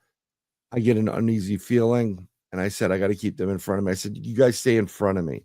And it's dusk now. And we're walking. And my youngest started to run out, like away or close. I said, no, stay with me. And I pulled her close. I said, just stay with me. Held her hand. And I felt this breeze come right by me. Big breeze. I just felt uneasy, like someone was going to take them. Kind of like that missing 411 stuff where people just walk away. Like, where did he go? He was just in front of me. So, but that's a mountain that actually I was there this summer and I had a Bigfoot encounter at 10:30 at night. We were investigating the stone chamber. And as soon as we got there, I heard something massive walking at the 12 o'clock position. And it was getting closer. Then it went to 10. Then it went to 9 right next to me. And it was probably standing in the woods right next to me or near me. No more than 100, well, less than 100 yards. and I have a psionic camera, that almost night vision. It works, but I can't afford the $6,000 FLIR that I want, or whatever. And it's expensive. So I videotaped it, but you can clearly hear that stuff.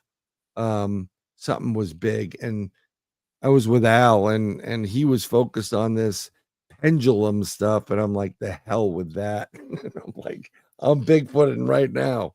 It sounded like this thing was coming right at us. So this is the type of mountain where it is. Last time I was inside that stone chamber, I was with a friend of mine, Riz.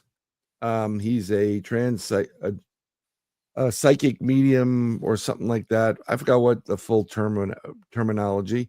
Him and Oriah have they do some stuff. He's a shaman, and we were oming, and I had a problem with channelers. He's a trans channel. That's what it is. And I always thought, like, well, that's easy. I can make that up too. I'm channeling, Zegibot, whatever, and change my voice.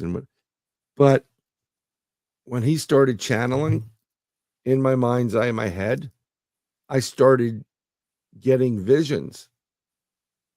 And I got a vision of this small, I'm going to say Asian type of small person, that they're a thinner frame, like a monk. And they kept doing the throw over of their covering.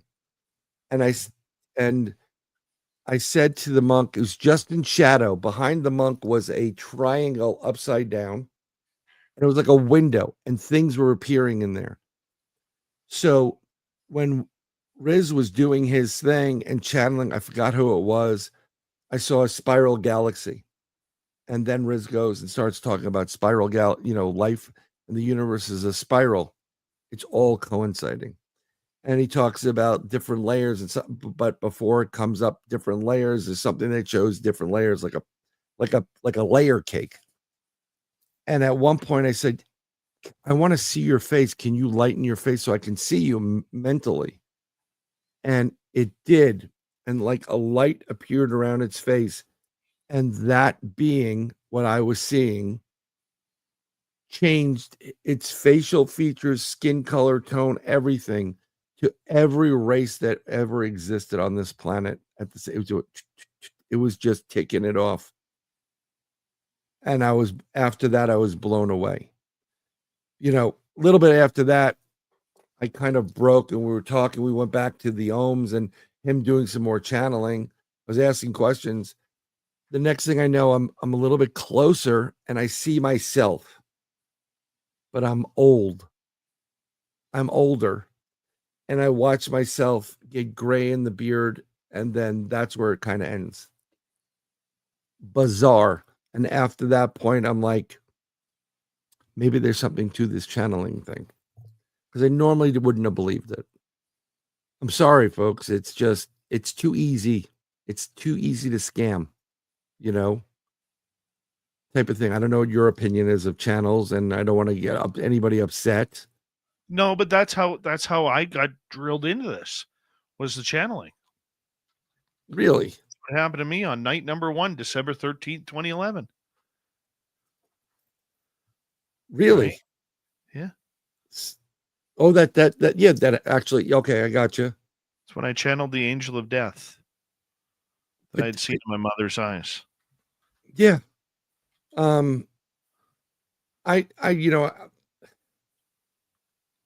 At the longer you do this, the more abilities you seem to acquire or open up. It's almost like playing a damn video game, right? Oh, I just unlocked this Claire whatever visuals or Claire audio. It's like you're unlocking something every step of the way. I remember my Claire audio experience. My friend Rob passed away. I missed him. It's like a year later, and I was, we used to talk about a ton of great stuff. And I just said, going into my apartment in New York, I'm like, hey man, hey Rob, I hope you're okay. I hope you're doing good, brother. And I heard him say, yeah, I'm good. I'm really good. And I said, okay, Brian, you're hearing it in your head, like your voice. Yes. And he goes, you're not hearing a voice. I'm here. And I said, "You're here?" He goes, "Yes." "I'm talking to you?" He goes, "Yes, you're talking to me." I said, "If I told you that, you wouldn't have believed me back here, would you?" He goes, "No, but it's possible. You have that gift." And then I called up somebody about it. And a lot of people have it. If you've ever heard your name called, or what I've been having lately at night is it sounds like a clock radio's going. You get that, you get the chatter, and you're trying to listen a little bit harder, and it's just off in the distance. And that's usually means something's coming, a message is coming, or an event's coming. For me, someone's going to be paying me a visit for whatever reason. But I was telling you, I think backstage before the show started last week, I think it was, went to bed and had the most incredible weird experience. And I talk about dreams, which are vague, versus experiences, which are full detail. Everything. And they happen at night as well. Many, many times. Okay. I was in this doctor's office. It looked like a wooden room. There was a woman sitting in front of me. I feel like I was sitting on a table, but I couldn't. Her entire face was blurred. And that person, and I know it was a female, it had that female characteristic to it, was saying to me, "I think we need to do some more tests." And in my head, I'm going, I don't want to do tests. I didn't want to be there. I didn't even know the hell I was. So she said, "Follow me." I'm like, "Nah, I'm good." And somehow I followed her, and I went out into a hallway, and it was like a hallway that has those fluorescent lights, and some of them were off. So it was a little bit darker, but there was like a whiteness to it. And there were other people walking almost like zombies. I'm like, "Where are we going?" And the next thing I know, I'm in this room and it's white. Excuse me. It's all white. It looks like an operating room. It looks like white tile, or that's the vibe I got. And in front of me, I'm seeing this person in front of me, and they're wearing an all white. It looked like you ever see those raincoats, with the hoods, and if you pull the strings, you can kind of zip it up around your face. Yes. It's all white. They got a white mask on over their nose. Okay, they're white. Their skin is whitey, like pasty, and then their eyes are like, it's so tight that it looks just black in there, like they purposely don't want me to see them. So then I'm like, okay, what's going on? And I see them take out the clear tube of like you're going to do for a blood test, and he goes over here, and I don't see them. I know he went to the left side. And the next thing I know, I see my blood going through the tube, through the loops, and he's holding it. And I'm saying it's a he because he was bigger, wearing gloves, and it bubbles out into a bubble, and he goes like this. And it looked like there was a smile coming to his face, like he was happy. And that's how it ended. I'm like, what the hell is that? It ended at 3:33 in the morning. Interesting. Okay? Very interesting, especially the time that it comes in. So I get up. I'm like, what the hell was that? I go, whatever. I'm up. I'm going to pee. I go, come back. I can't sleep for nothing. I try, bad visions. It was just, everything was really bad. And I just finally get up at about 4:02 in the morning, and I go out, shut my alarm off. I go and I sit in the back. So my kids get up, they go to school at 7 o'clock, 7 o'clock rolls around. I'm exhausted. Can't figure out what was going on. Just watching the sunrise. We go in, kids go to school. I go sit down to eat some breakfast, and I just said, I'm just going to have cereal. And while I'm sitting there, I remember about the experience, the dream, the experience, whatever it was. So I lift up my shirt and look at my arm, and I'm like, oh, nothing. And then when I put my arms down, my forearms showing, and here's still the mark right here. I have a picture of it online. There's a puncture wound, and around it is bruising. It's the same thing I had about a week and a half earlier when I went to the emergency room. They took blood from the crease of my arm, same arm. And when they pulled it out, there was black and blue running. I'm thoroughly convinced at this point that I was taken.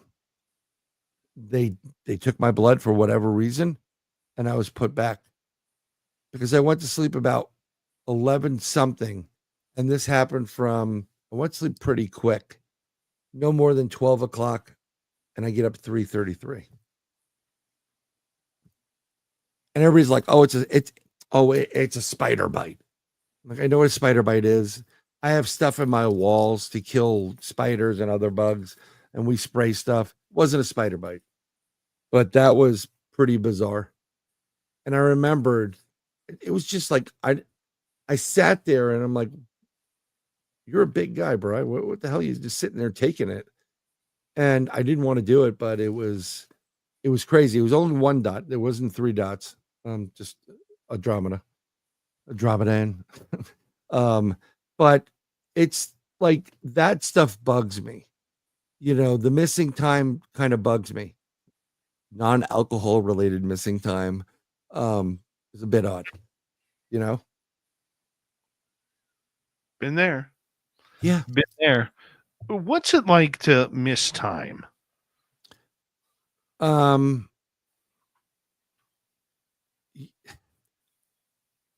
It's really interesting. We always started to do time checks. Like when something's happening or craft comes in, we always look at our watch because then we'll know we have missing time, and we try to figure out if we have missing time. What they do? They had to do something, right? So in 2015, we had missing time up at the lake. It was 9:15 by the time we called the psychic. It seemed that we were there for no more than 20 minutes. And by that time, by the time we called the psychic, it was 11:45. So we have a couple hours of missing time. There's three of us. I mean, you can do pretty good damage on sampling of something, a creature at that point. They used to do it on TV, Mutual Omaha's Wild Kingdom. They fly in a chopper, they pop a gazelle, take its blood, see whatever the hell they want to take from it, and then they reanimate it and it comes back. The weird part is, for me as an investigator, it's like, what the hell just happened? And when they took me in Fayetteville, they took me, my other half, and my two kids, and that I didn't like. You can come for me, come for the lady. Don't touch my kids. Don't touch my kids, because that's not fair, and Lord knows what they went through, I'd like to know, but it's just. Do you have any recall from your missing time? I don't necessarily, I don't have recall from the missing time.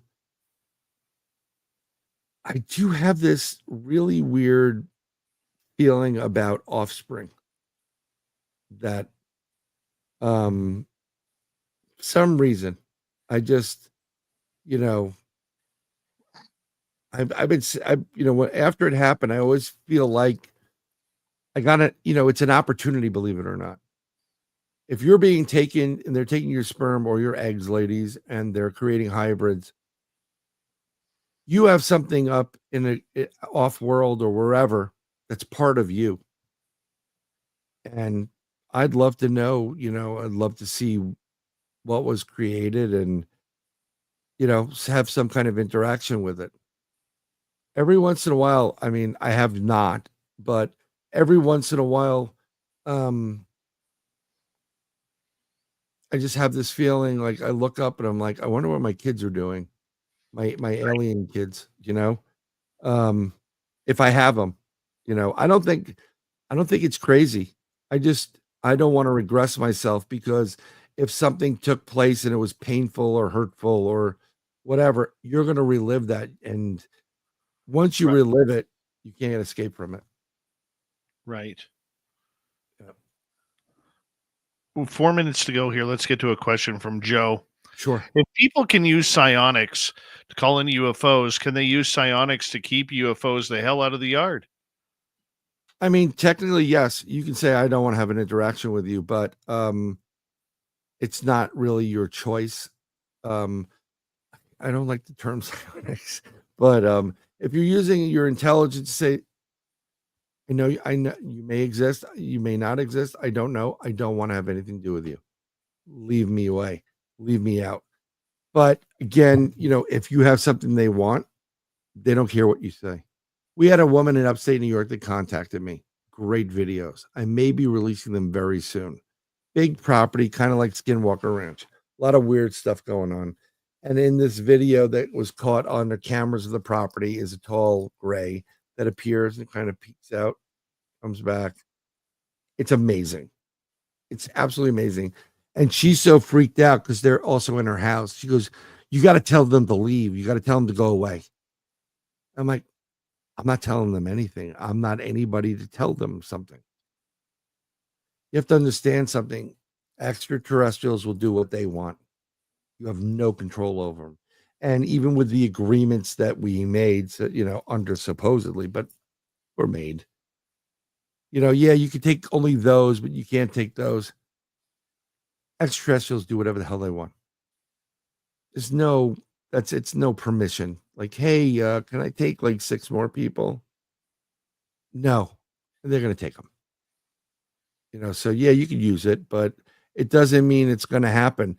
You could use it on the way into the woods. Let's say you want to go for a hike and say, I'm with my family. I do not want to have any interaction with anything. You have a peaceful day. Blessings to you, and leave me alone. And it very well may work, 2.5 minutes to go, Brian. Sure, sir. What do we miss in the monster world? What are we missing to try and bring it to our own personal reality? Well, people are going to get so mad at me, but we're missing truth. There's a lot of stuff I've been hearing lately, and I think people are just making it up or generating it. It doesn't ring true. Something I do, I was explaining this to my daughter, I'm a lie detector.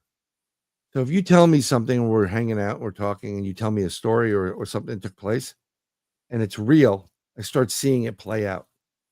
I don't tell you that, and I don't read everybody, but and I listen to what these people are saying, and it's black. And if it's just black or dark or gray, it's all BS.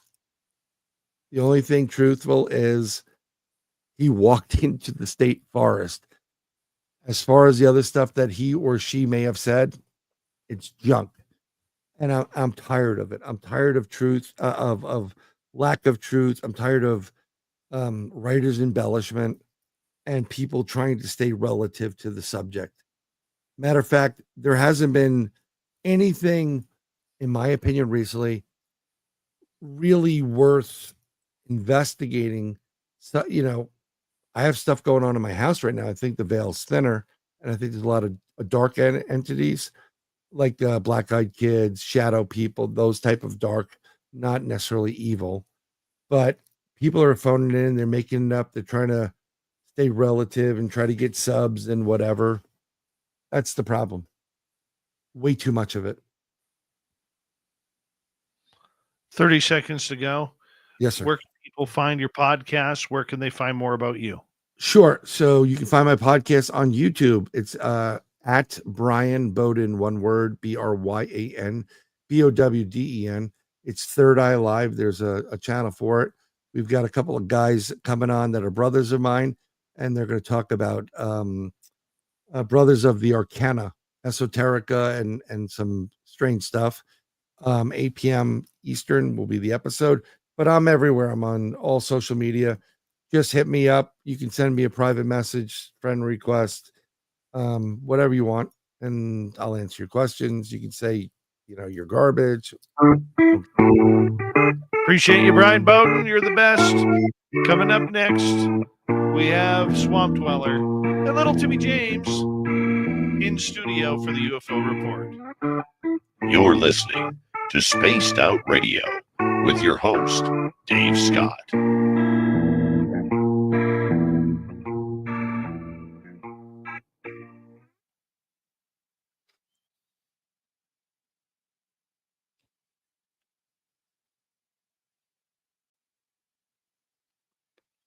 All right, buddy, we're clear.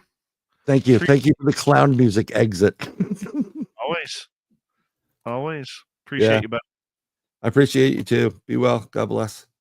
You too. We'll talk soon, okay? Okay, later. You can kick me out. I'll do it right now. There you go. Brian Bowden, everybody. 3,882 podcasts. You can listen to each one of them at brianbowden.com. Here we go. We'll be right back.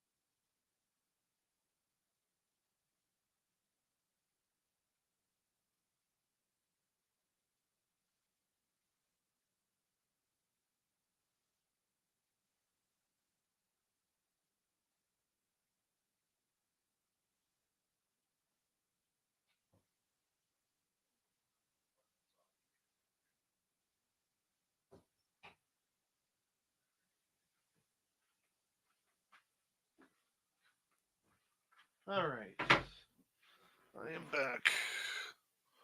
I apologize. I'm so tired tonight, guys. In my transparency of everything, I spent a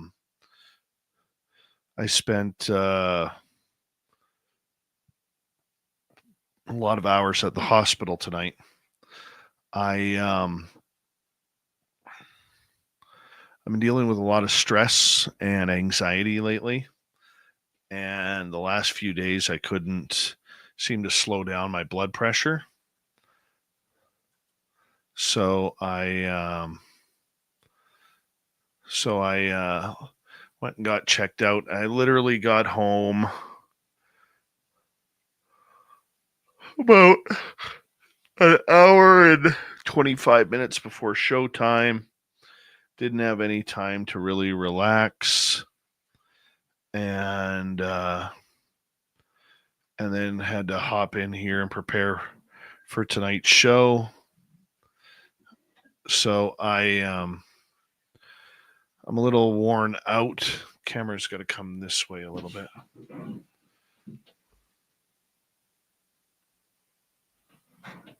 Yeah, that's good.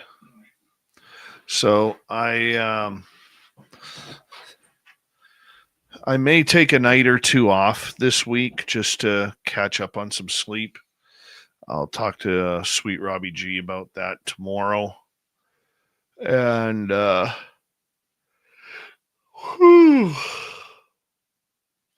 just worn out. And I feel like I got hit in the head with a sledgehammer. I don't have a cold or anything like that. My vital signs were good. My blood pressure was high. I'm gonna turn your mic up right now. Okay, if we're on it. Yeah. So, yeah.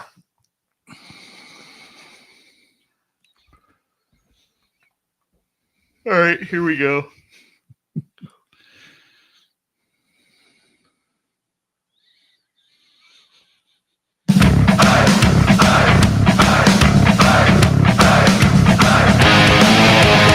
Here we go, the third and final hour of Spaced Out Radio tonight. Good to have you with us. My name is Dave Scott. I'm a guy who wears a lot of tinfoil, so you don't have to. Hey, there's going to be one weirdo in the bunch, and I'll choose that. I like that role. Coming up in just a moment, Swamp Dweller and Little Timmy James in the UFO Report. But first, we want to say hello to everyone listening in on our terrestrial affiliates around North America, digitally on every major podcast network. Our website, spacedoutradio.com, we have a plethora of features for you. Rock out to Bumblefoot, read the news wire, check out our swag as well. Follow us on X at Spaced Out Radio, Instagram at Spaced Out Radio Show, and on Patreon in the Space Travelers Club. The Desert Clam has set the password for tonight in the SOR Space Travelers Club. Wankle. Wankle is your password. Use it wisely, Space Travelers, as the Clam sets the password each and every night right here on Spaced Out Radio. Let's head to the swamp. Hello and welcome to Spaced Out Radio's Swamp. I'm Swamp Dweller, and tonight I'm going to take you on a mystic journey of the unknown, sharing tales of monsters, legends, and nightmares. Welcome to the Spaced Out Radio Swamp. Welcome back to the swamp, my friends, and welcome if you're new. Today I'm going to be sharing some creepy and downright strange small-town horror stories. I cut the wrong thing. I cut his intro. Dun, dun, dun. Dun, dun, dun. Boy, that was a boo-boo there.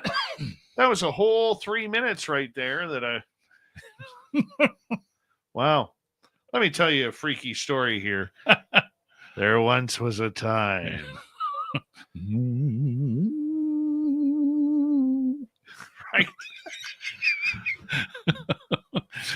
Right. That's my error. I've honestly, I've had a rough day, and Yeah. Little Timmy James. Howdy doody. Hold on, I got to play your intro. Okay. That is an interplanetary flying space saucer.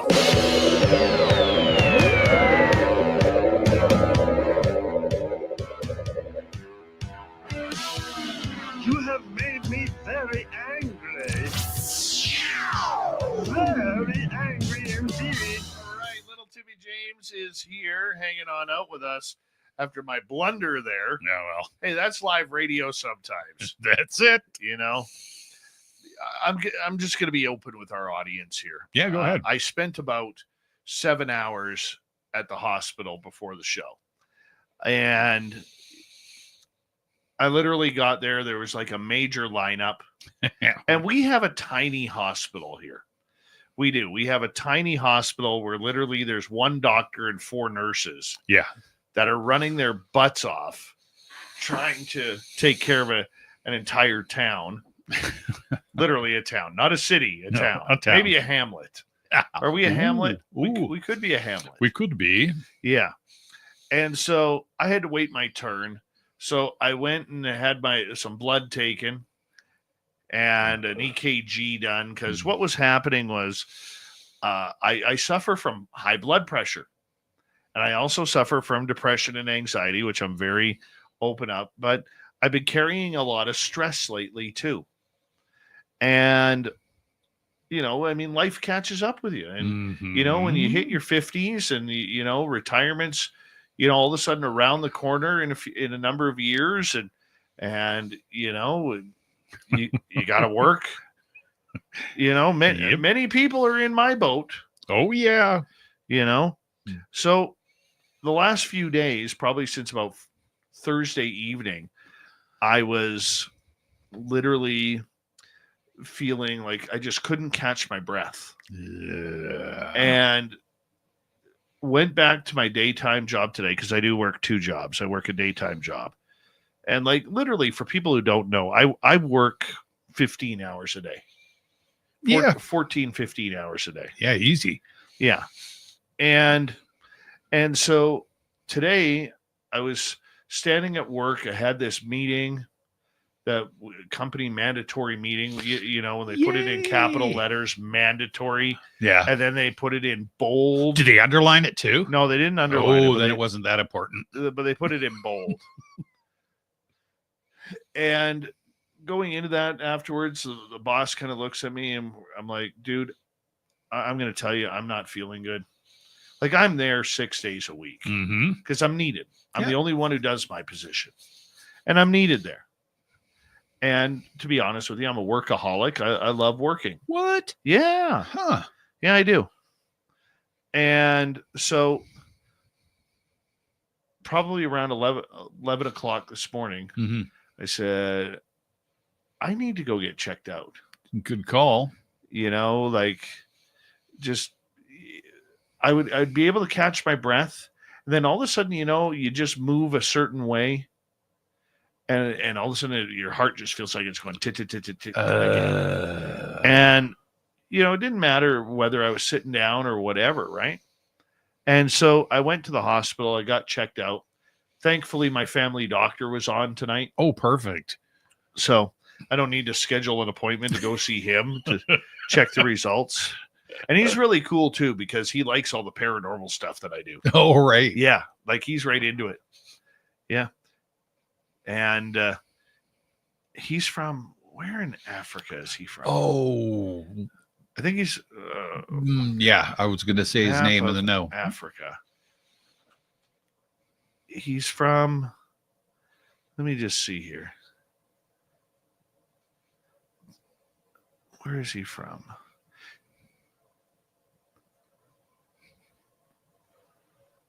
It's not Sudan, not Nigeria. But he was telling me one day where he, when he was a kid, his dad was telling him, stay in the car, because dad was a doctor too. Yeah. And he's okay. like, stay in the car. I'll be back in a few minutes. Well, like 20 minutes later, dad wasn't back. So the kid started worrying. Gets out of the vehicle and goes to the hospital. Oh, Into the hospital. Well, the hospital on the roof had armed guards, not because there was danger of people, but because of wild animals. And so here he is, like 9-10 years old, and all of a sudden he hears this noise behind him, and there is a hyena. Oh, Jesus. Growling at him and starts chasing him. Right? So he makes it to the hospital, and just as the hyena is getting closer to him, he hears bang and a yelp. Oh, yeah. The marksman on top used his pointy stick to take care of the hyena. Wasn't a laughing hyena after that. No, it wasn't a laughing hyena after that. Wow. Yeah, I want to say he's from Sudan, but I don't think that's it. Yeah. I don't think that's it. Huh. But anyways, because I know it's not Now his wife is a former beauty pageant model.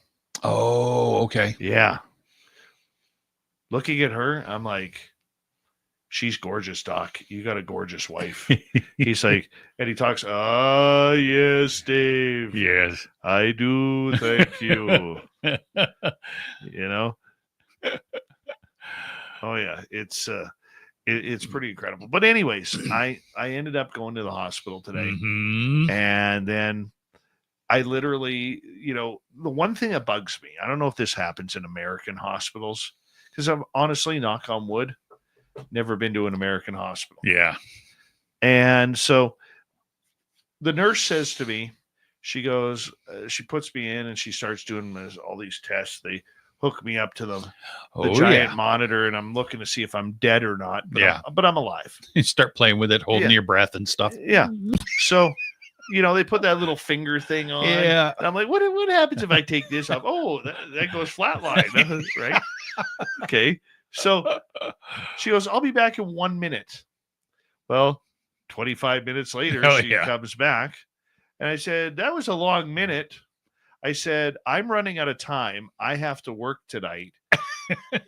and she's doing all these tests. She's like, I'll be back in like 10 minutes. I'm like, no, I need you back here in 6 minutes because I have to work tonight. Well, 35 minutes later, I'm looking at the clock on my phone, and I'm like, I gotta go. Yep. I got a show. I got a show to do. Because it doesn't matter if I break a leg or the ticker's not working. If I can breathe, man, I'm gonna do a show. So I literally pull all these things off my chest, which was kind of cool. Ouch. Yeah. I'm down about 2,400 chest hairs right now. And I walk up and I see my doctor. I said, Doc, no offense, I gotta go. I gotta go.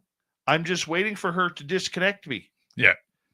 She said she'd be back in like 6 minutes. And now she's not. Mm-hmm. So I race home. I haven't eaten. I haven't eaten in 11 hours at this point. Uh-oh. Guess who's hungry? Dave. I didn't eat. I had a feeding. Oh, God. Okay? I had a feeding. So I came home, quickly scarfed down dinner. And you don't feel good because you eat too fast. Yep. Got that going on. Oh, perfect. And then we had to get ready for the show. Had to go on with Walter Sterling on WPHT in Philadelphia. And then you came over. Yeah. Sorry. Yes. Then Brian Bowden was here telling us all about his, 6,228 podcasts that he hosts. That's right. All at once. and so, yeah. I'm a little bit exhausted, so please forgive me for the swamp dweller boo-boo there. And if Swampy, if you're listening, I apologize. I'll get it back proper tomorrow. But that's kind of went on. That was my entire day today. Yeah, that's a pretty full day, man. Can we get to the UFO report? Okay, I'll be quiet now. No. Yes, we can get to the UFO report. So I've got a few little tidbitty things, and then so just some little headliners. So was going through the normal process today, reading a bunch of UFO news and stuff. And there was some very disappointed people with the Psionics Summit yesterday or on the weekend or whatever it was. Jake Barber didn't show. And yeah, everybody was like, well, we didn't get a chance to ask questions or anything like that. And I'm quite honestly, I don't know how that worked because I didn't sign into it. But the official word came out from Jake. I was hoping... somebody had said Jake Barber, I was hoping would be live, but only a few days ago, he's been called out into the desert. So Jake Barber missed the live recording of the Psionic Summit because he was called out to the desert. So question one, how did he do an interview before he got called out to the desert and have it ready for the summit? Just saying. So yeah, that's all he wrote. That's all he had going on. So yeah, that was kind of all right. like I say, there's some people that were pretty upset that he wasn't there doing it live.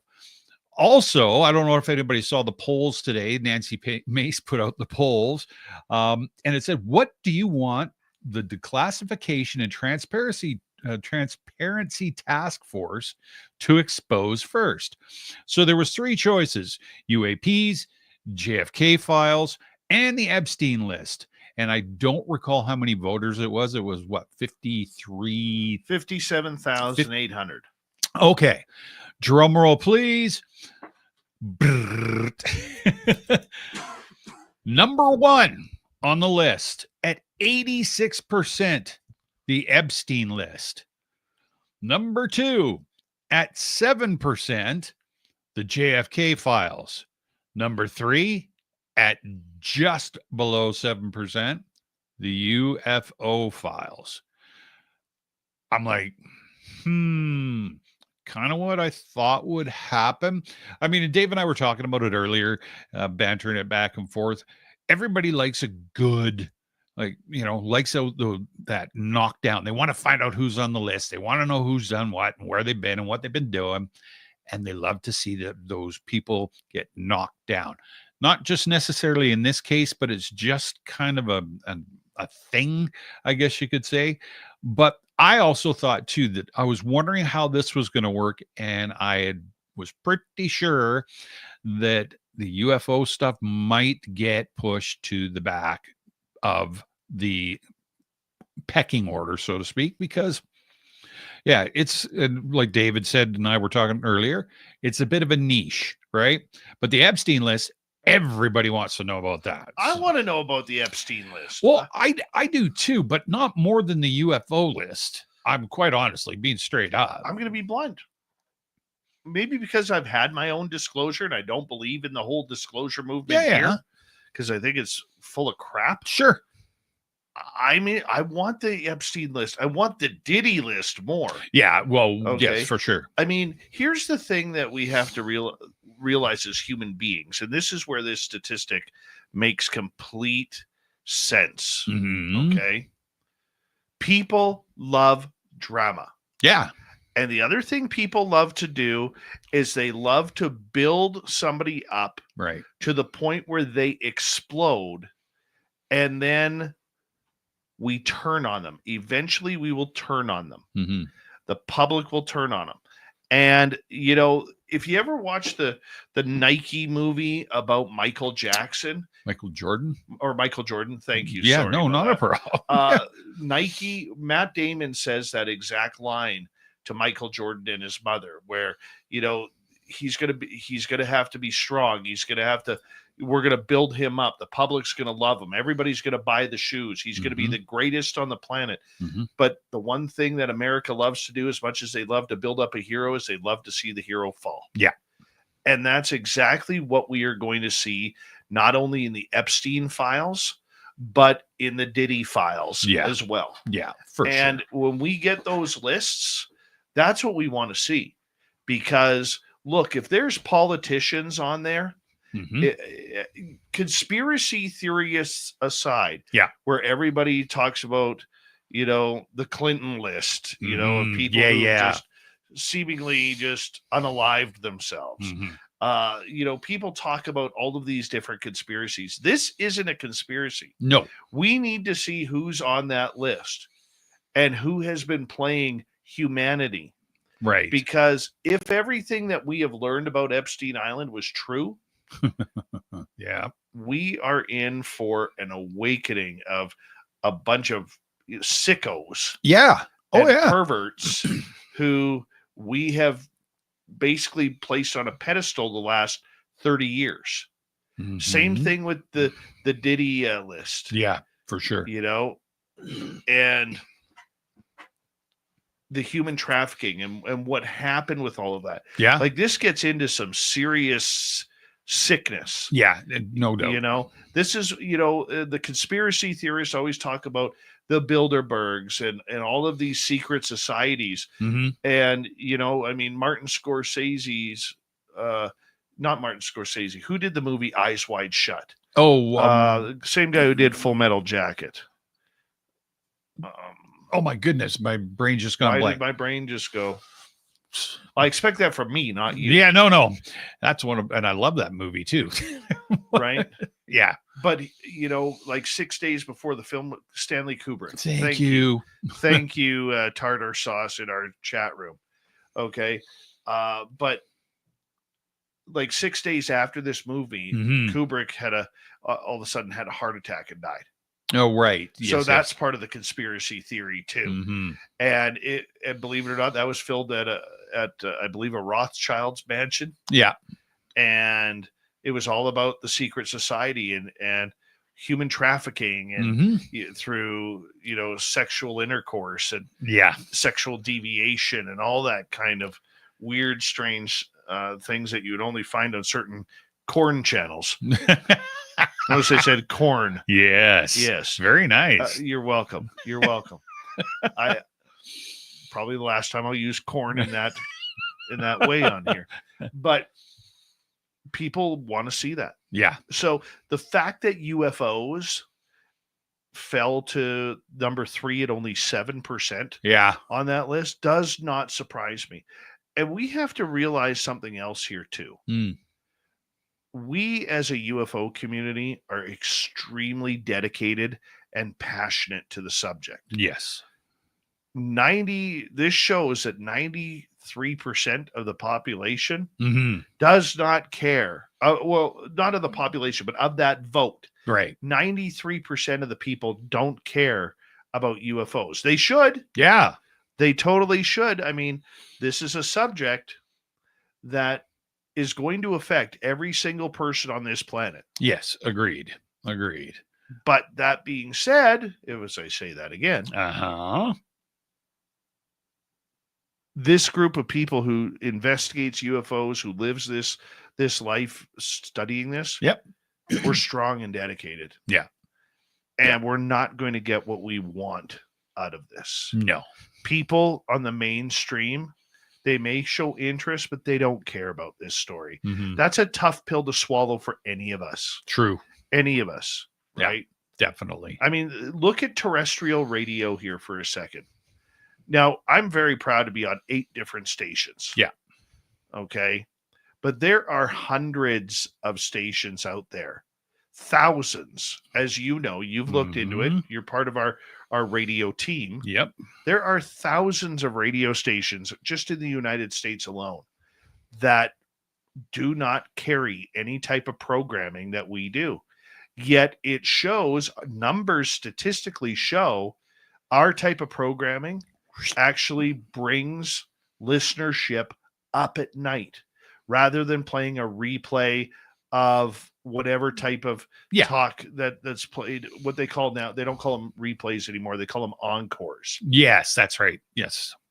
Yeah. And if those radio station managers, owners, program directors really, really cared about nighttime radio, like the stations we are on, yes, they would have all sorts of our type of programming on these shows. For sure. They totally would have our type of programming, all night. Mm-hmm.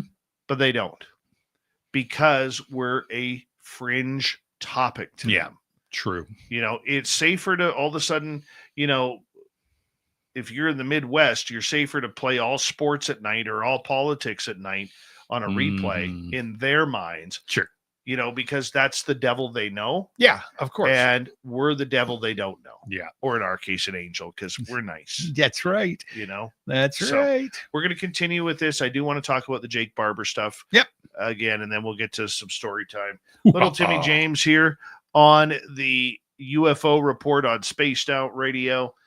Our final half hour is next. Stay tuned, everybody. We are going to have a jam-packed final half hour of tonight's show. My name is Dave Scott. Thank you for tuning us in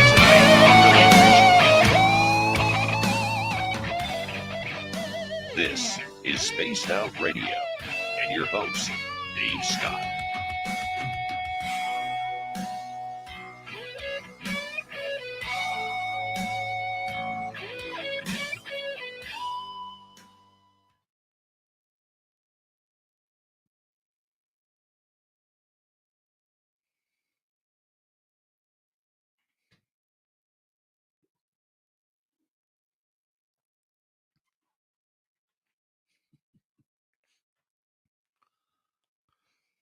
All right, we're clear. We're clear. Clear. Zap him again. That's right. That's right. Clear. Zap this son of a bitch again. Milligram and Epi? Beautiful song called Coma. Yes. I haven't heard that forever, actually. I remember April 8th, 2016. Mm-hmm. I'm watching show number 1 of the reunion tour in Las Vegas. Nice. Nice. And I just about died when all of a sudden I heard the opening bass line because they'd only ever played Coma twice in concert. Yeah. And all of a sudden you hear Duff McKagan do do do do do do do do do do Yeah. do do do, and I went, oh my god! Threw the horns up, and I was screaming my head off for that one. Right on. Mm-hmm. See, it's funny you were saying that about nighttime radio. When I was working graveyard shift, we used to have Art Bell on all the time. Yeah. So, dude, when I worked in Vancouver, Mhm. we had Art Bell on, and he was on a different station. Yeah, well, for sure. No, I was working at, what was that, Richmond at the time. And yeah, just we had the big speakers and everybody was in. Everybody. I think about all 12 of us, but nobody had a problem. Everybody loved Art Bell. Yeah. It's a proven fact that nighttime radio is meant for our type of programming, Of course. right? And not everybody's asleep. That's the thing, right? And we're not talking about the old guy that's not only the old guy that's sitting in his chair, because he's a night owl. There's a lot of people out there, young people out there that are working graveyard shifts and stuff like that. And yeah, it's super interesting programming. There's no question. Paul Demon, tell us about Chinese Democracy. I think that's the number 2 Guns N' Roses album. Yeah. I do. I don't know how you feel about that. Probably. I'm just going through them. I remember Use Your Illusions 1 and 2. Too much of they were great, but just too much. I'm definitely not. Oh, yeah. Chinese Democracy is so different. Yeah. And that's what I love about it. Like, the songs are great. Appetite for Destruction for me is the number 1. Like, oh, for sure. But Chinese Democracy would be my number 2. My number 3 would be Use Your Illusion 2. Yeah. Use Your Illusion 1 would be my number 4. Yeah. Lies would be 5. Yeah, that's a good... Way at the bottom would be Spaghetti Incident. Yes. Although Spaghetti Incident did have, and they've never played it in concert, the Sympathy for the Devil. Oh, yeah. They did a great job with Sympathy for the Devil. Yeah, they did. They did. I am so uncomfortable. Now my sciatica is acting. Oh, my God. It's like, come on, give Dave a freaking break here. That's right. Give us a break. It's okay, man. Like, where's Nell Carter when I need her? Oh, my God. Nell Carter. Haven't heard that in a while. Man, she was everywhere in the 80s. Yeah, absolutely. Then all of a sudden, like 87 came around and she was like gone. Yep. Yep. Oh my gosh, yeah. It's like every commercial back then had Fran Tarkenton. Oh, of course. Got some Lipton iced tea. Fran Tarkenton. Oh my God. Yeah. Or Joe Namath. He was in a lot too. Yeah. Is that Joe Namath? He was in Dingo Boots. He was in the Hertz rental cars. He even did pantyhose commercials. Yeah, legs or egg, whatever the hell they were. Yeah, yeah. Oh my gosh. Flashback.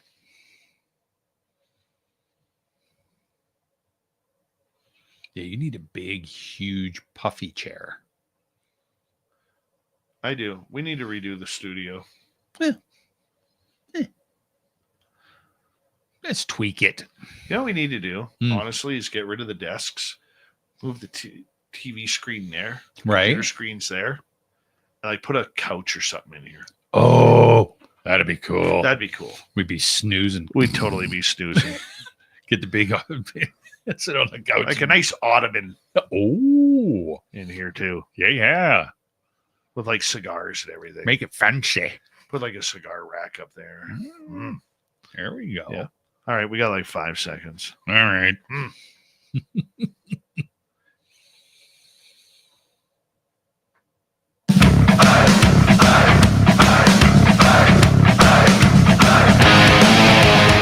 Final half hour of Spaced Out Radio is underway. My name is Dave Scott. We've got the UFO report coming right up from Big James.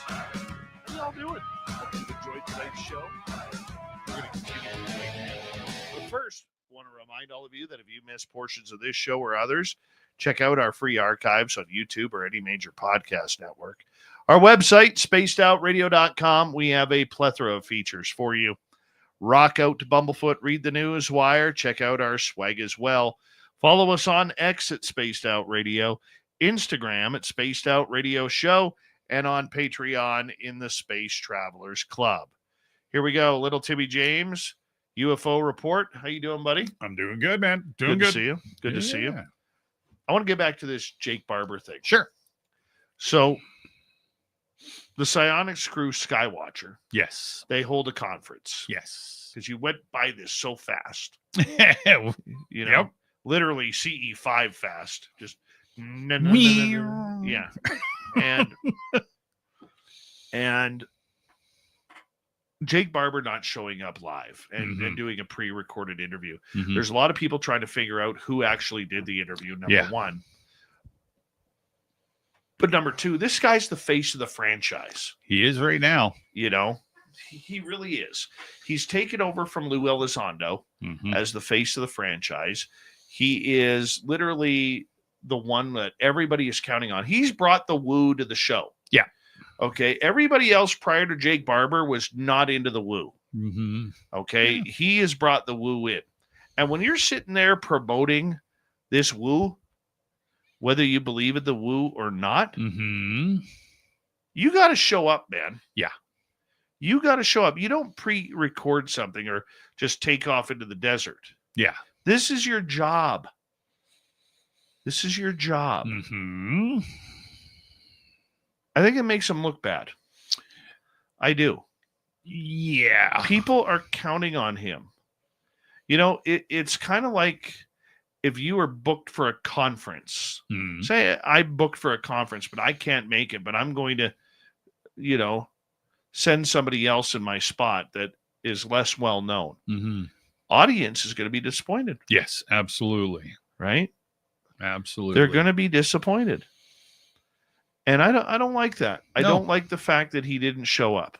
To me, that just this once again, this goes to show, and this is small potatoes, not big potatoes. Yeah. Sir, that the UFO field continues to shoot itself in the foot. Just like I said in the Dave 101 last week. Mm-hmm. Yeah. Continues to shoot itself in the foot. People are there to see you. That's right. They're not there to see anybody else. They're there to see you. Jake Barber, you should have showed up. Agreed. What else you got for us? Okay, well, before I get to this one, just a little touch on some breaking news. So, Anna Paulina Luna is now pressuring the Department of Justice on because they're not answering her letters for status on the Epstein and JFK files. Luna obviously leads the declassification task force. She publicly asked Attorney General Pam Bondi for the status of the documents ordered to be released by the president. On February 11th and February 19th, House Oversight sent a letter to the Department of Justice asking for status on releasing the Epstein files as well as JFK, etc. The Department of Justice has not responded.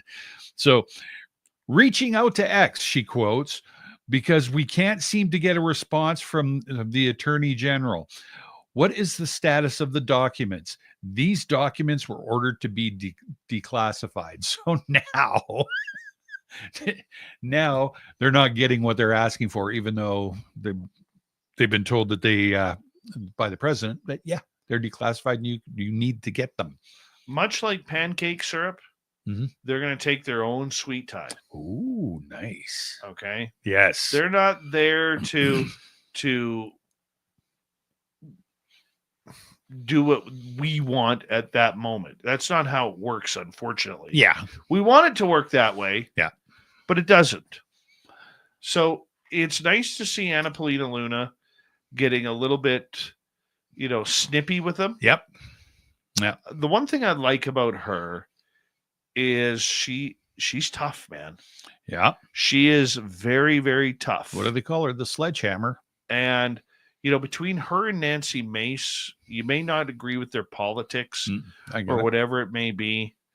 All right. But on this topic, what we focus on for UFOs and the conspiracy side of things, I think it's great that they are putting the pressure on this group to bring it on out. I mean, they're all lovers of the Republican Party. They're all lovers of Trump. Sure. And they are holding them accountable. Yeah. Okay. You said you're going to do it, so do it. Where is it? Yeah. Right. And, it's like Nancy Mace, after the last hearings, basically said, we wanted answers, not a buy my book. Conversation. Yeah, exactly. Right. This isn't about buying my book. This is about bringing answers to the table. And that's what they want. They want answers. Yeah, so of course. We go from there. All right. Well, this one is probably one of the creepiest personal encounters of UFO alien encounter that I think I've probably ever read.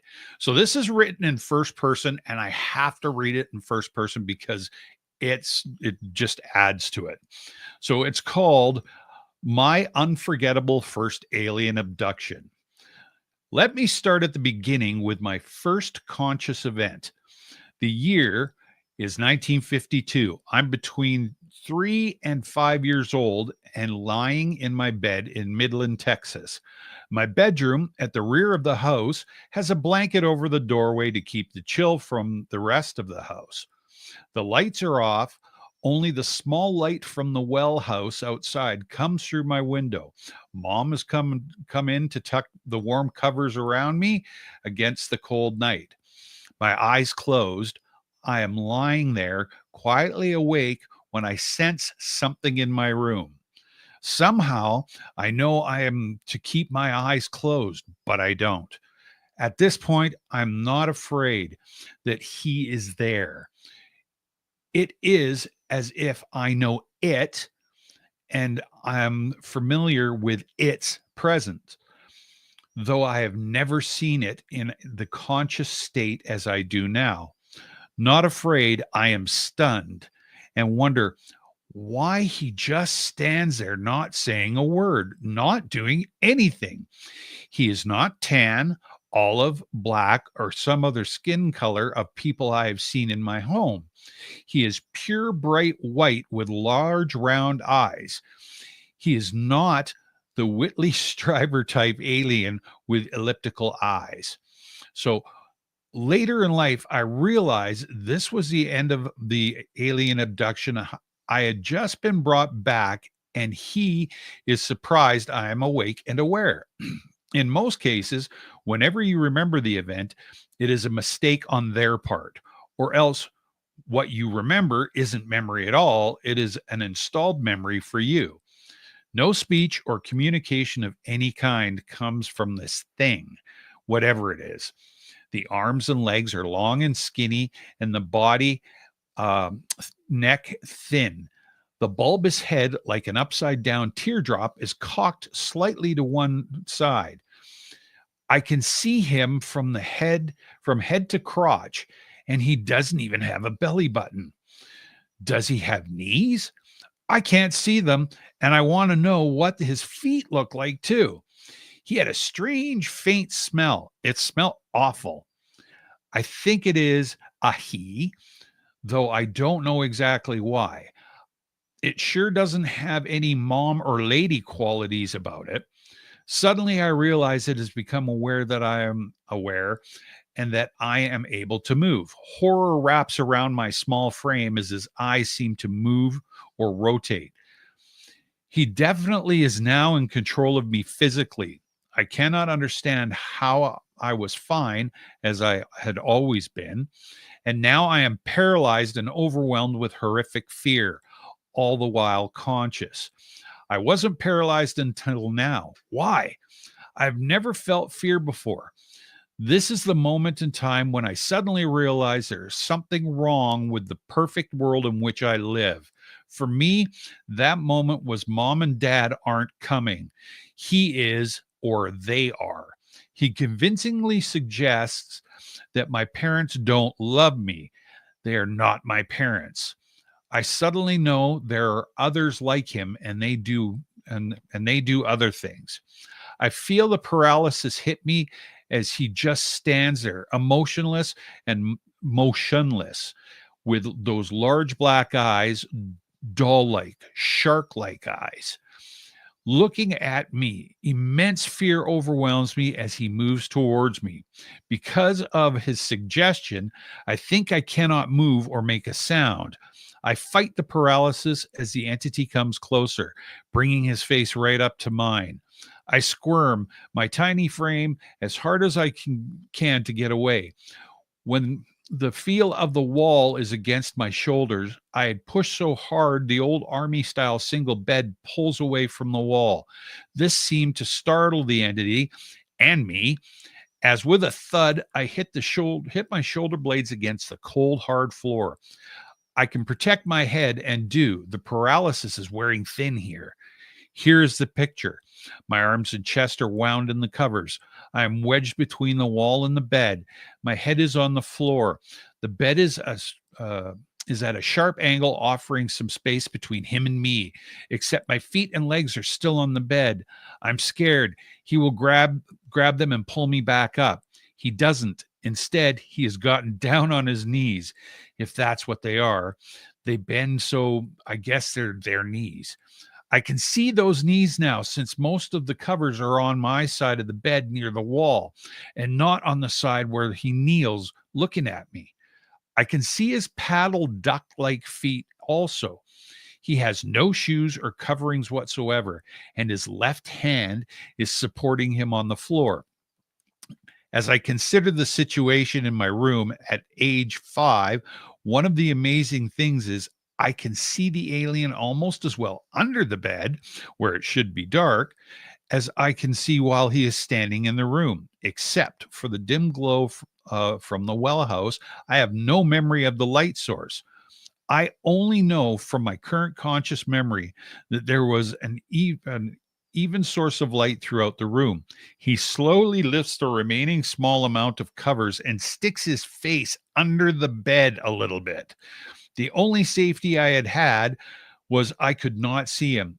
Now I can, and I'm terrified.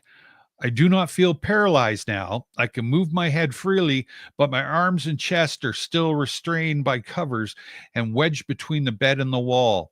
Next begins the most horrifying part of the experience for me. As he crawls slowly towards me, he begins making himself look like a clown with large doll-like eyes. I know inside he wants me to remember this as a bad dream of a clown. This is to make clear to me what I am to remember. However, since this hasn't happened yet, how can I know it is what I will remember? Once again, I wonder, how does he do that? He crawls under the bed, his large head next to mine, and makes eye contact. I will not believe this clown. I will not forget. It is not a clown. It is not a clown. I will not forget. It gets very dark as I tell myself for the last time that night, I will not forget. It is not a clown. In the morning, I'm back in my bed and cold. Numerous things tell me what I remember from the night before really happened with this alien abduction. The soreness on my back where I hit the floor. The bed is no longer square against the wall. My covers come only near my shoulders, which are normally up around my head. The sheets are a mess. I definitely freaked in the morning. My parents, realizing something was troubling me greatly, and I found myself in bed between them the next night. I was grateful Mom and Dad could protect me now. I was soon to find out differently. They could not protect me. I opened my eyes to see him, the clown from the night before. The difference is he is not in his clown suit. He's standing at the end of my parents' big bed, and there is a second one with him. They look a lot alike. I can tell them apart, though. I will never forget this clown. He moves towards me, reaching down with his long, thin arms and hands. He plans to take me from between my sleeping parents. I am not paralyzed at this time, and I stiffen to keep him from picking me up. My body tightens, my teeth grind. I want to scream. I can't. No one can hear my screams. Mom and Dad will not wake up. No one can hear me.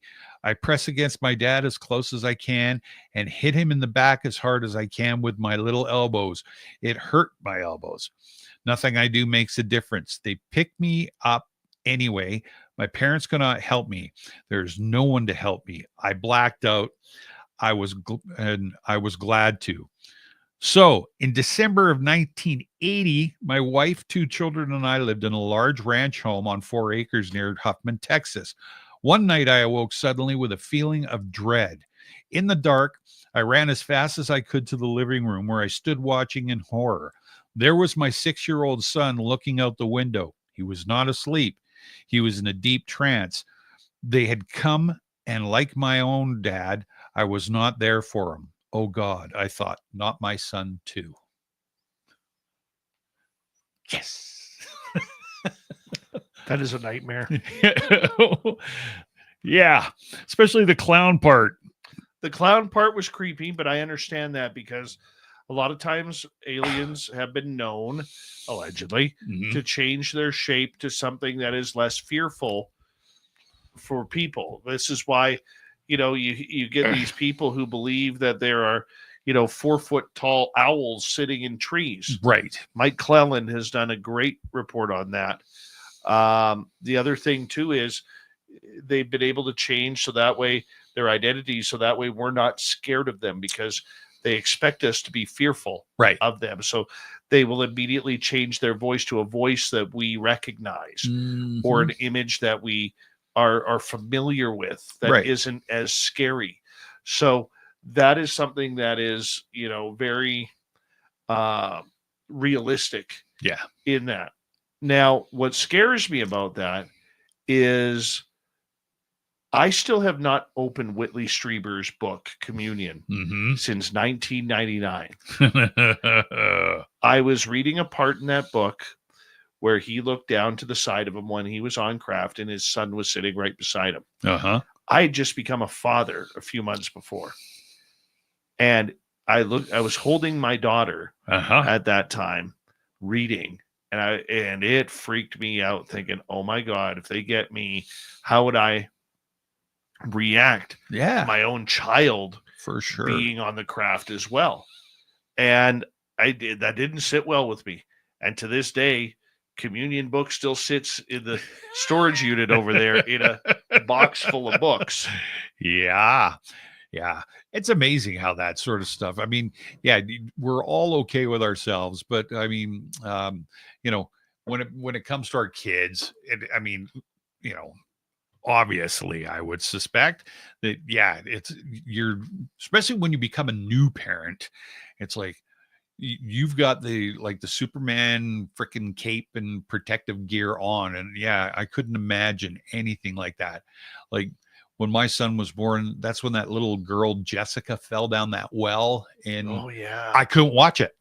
I mean, I'm a grown man, right? I was like, I can't watch this because it was like, my son's the same age sort of thing. I'm like, no, can't do it.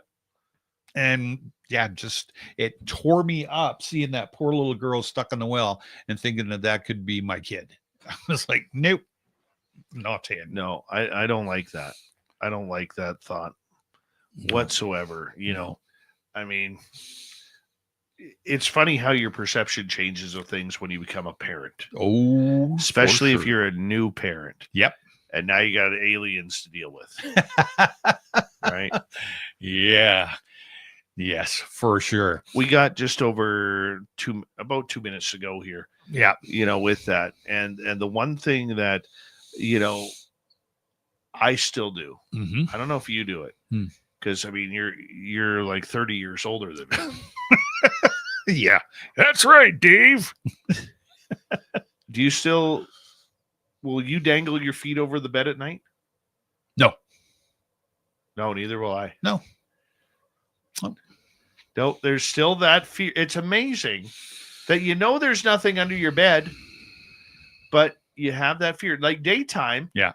No problem. No problem. Yeah. But I go to bed at night, like when I'm done this show and I make my way to my bed at night, my feet are nowhere close to that edge. Nope.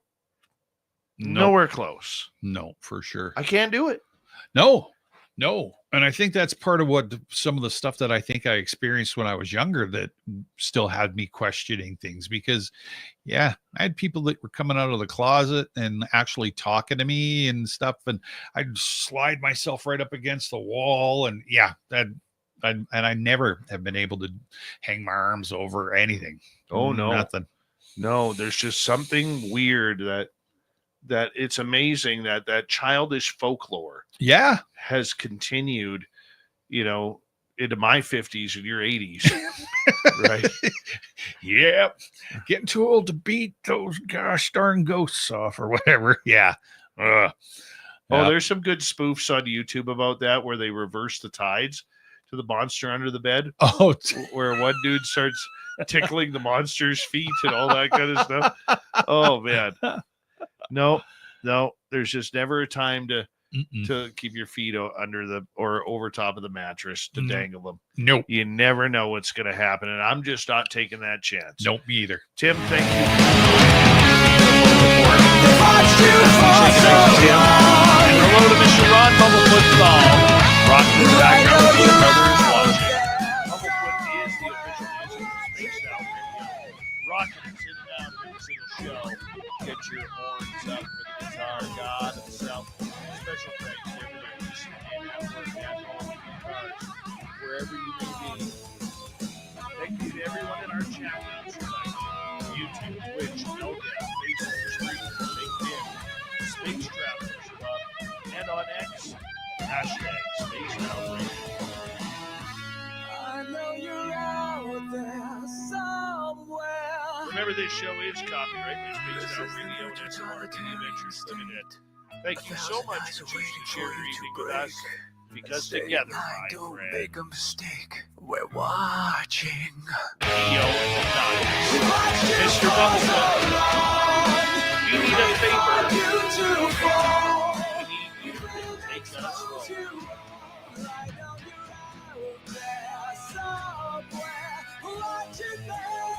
Yes, the Woo Train has docked for the night. But soon, my friends, we shall ride again. Seats are always available. Your tickets never expire. And if you want to bring a friend, we've got room for them too. Good night, everybody.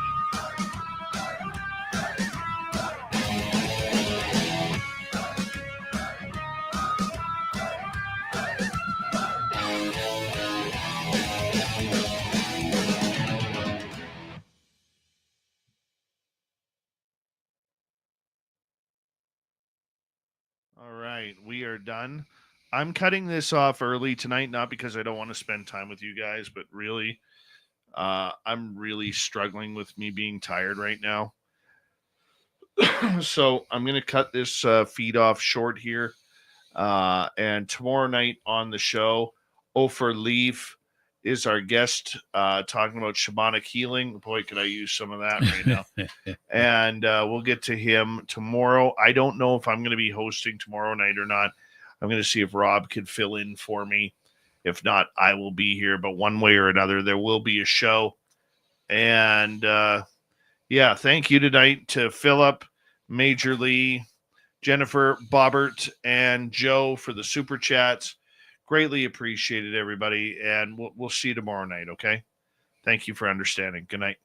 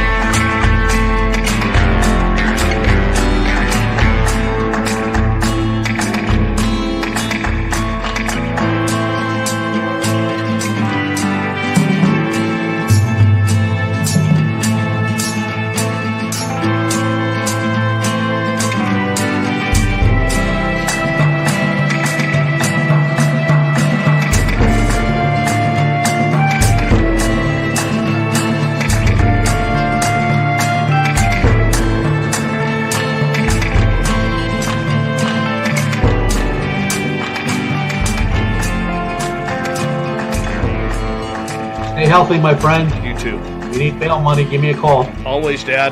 Take care. You too.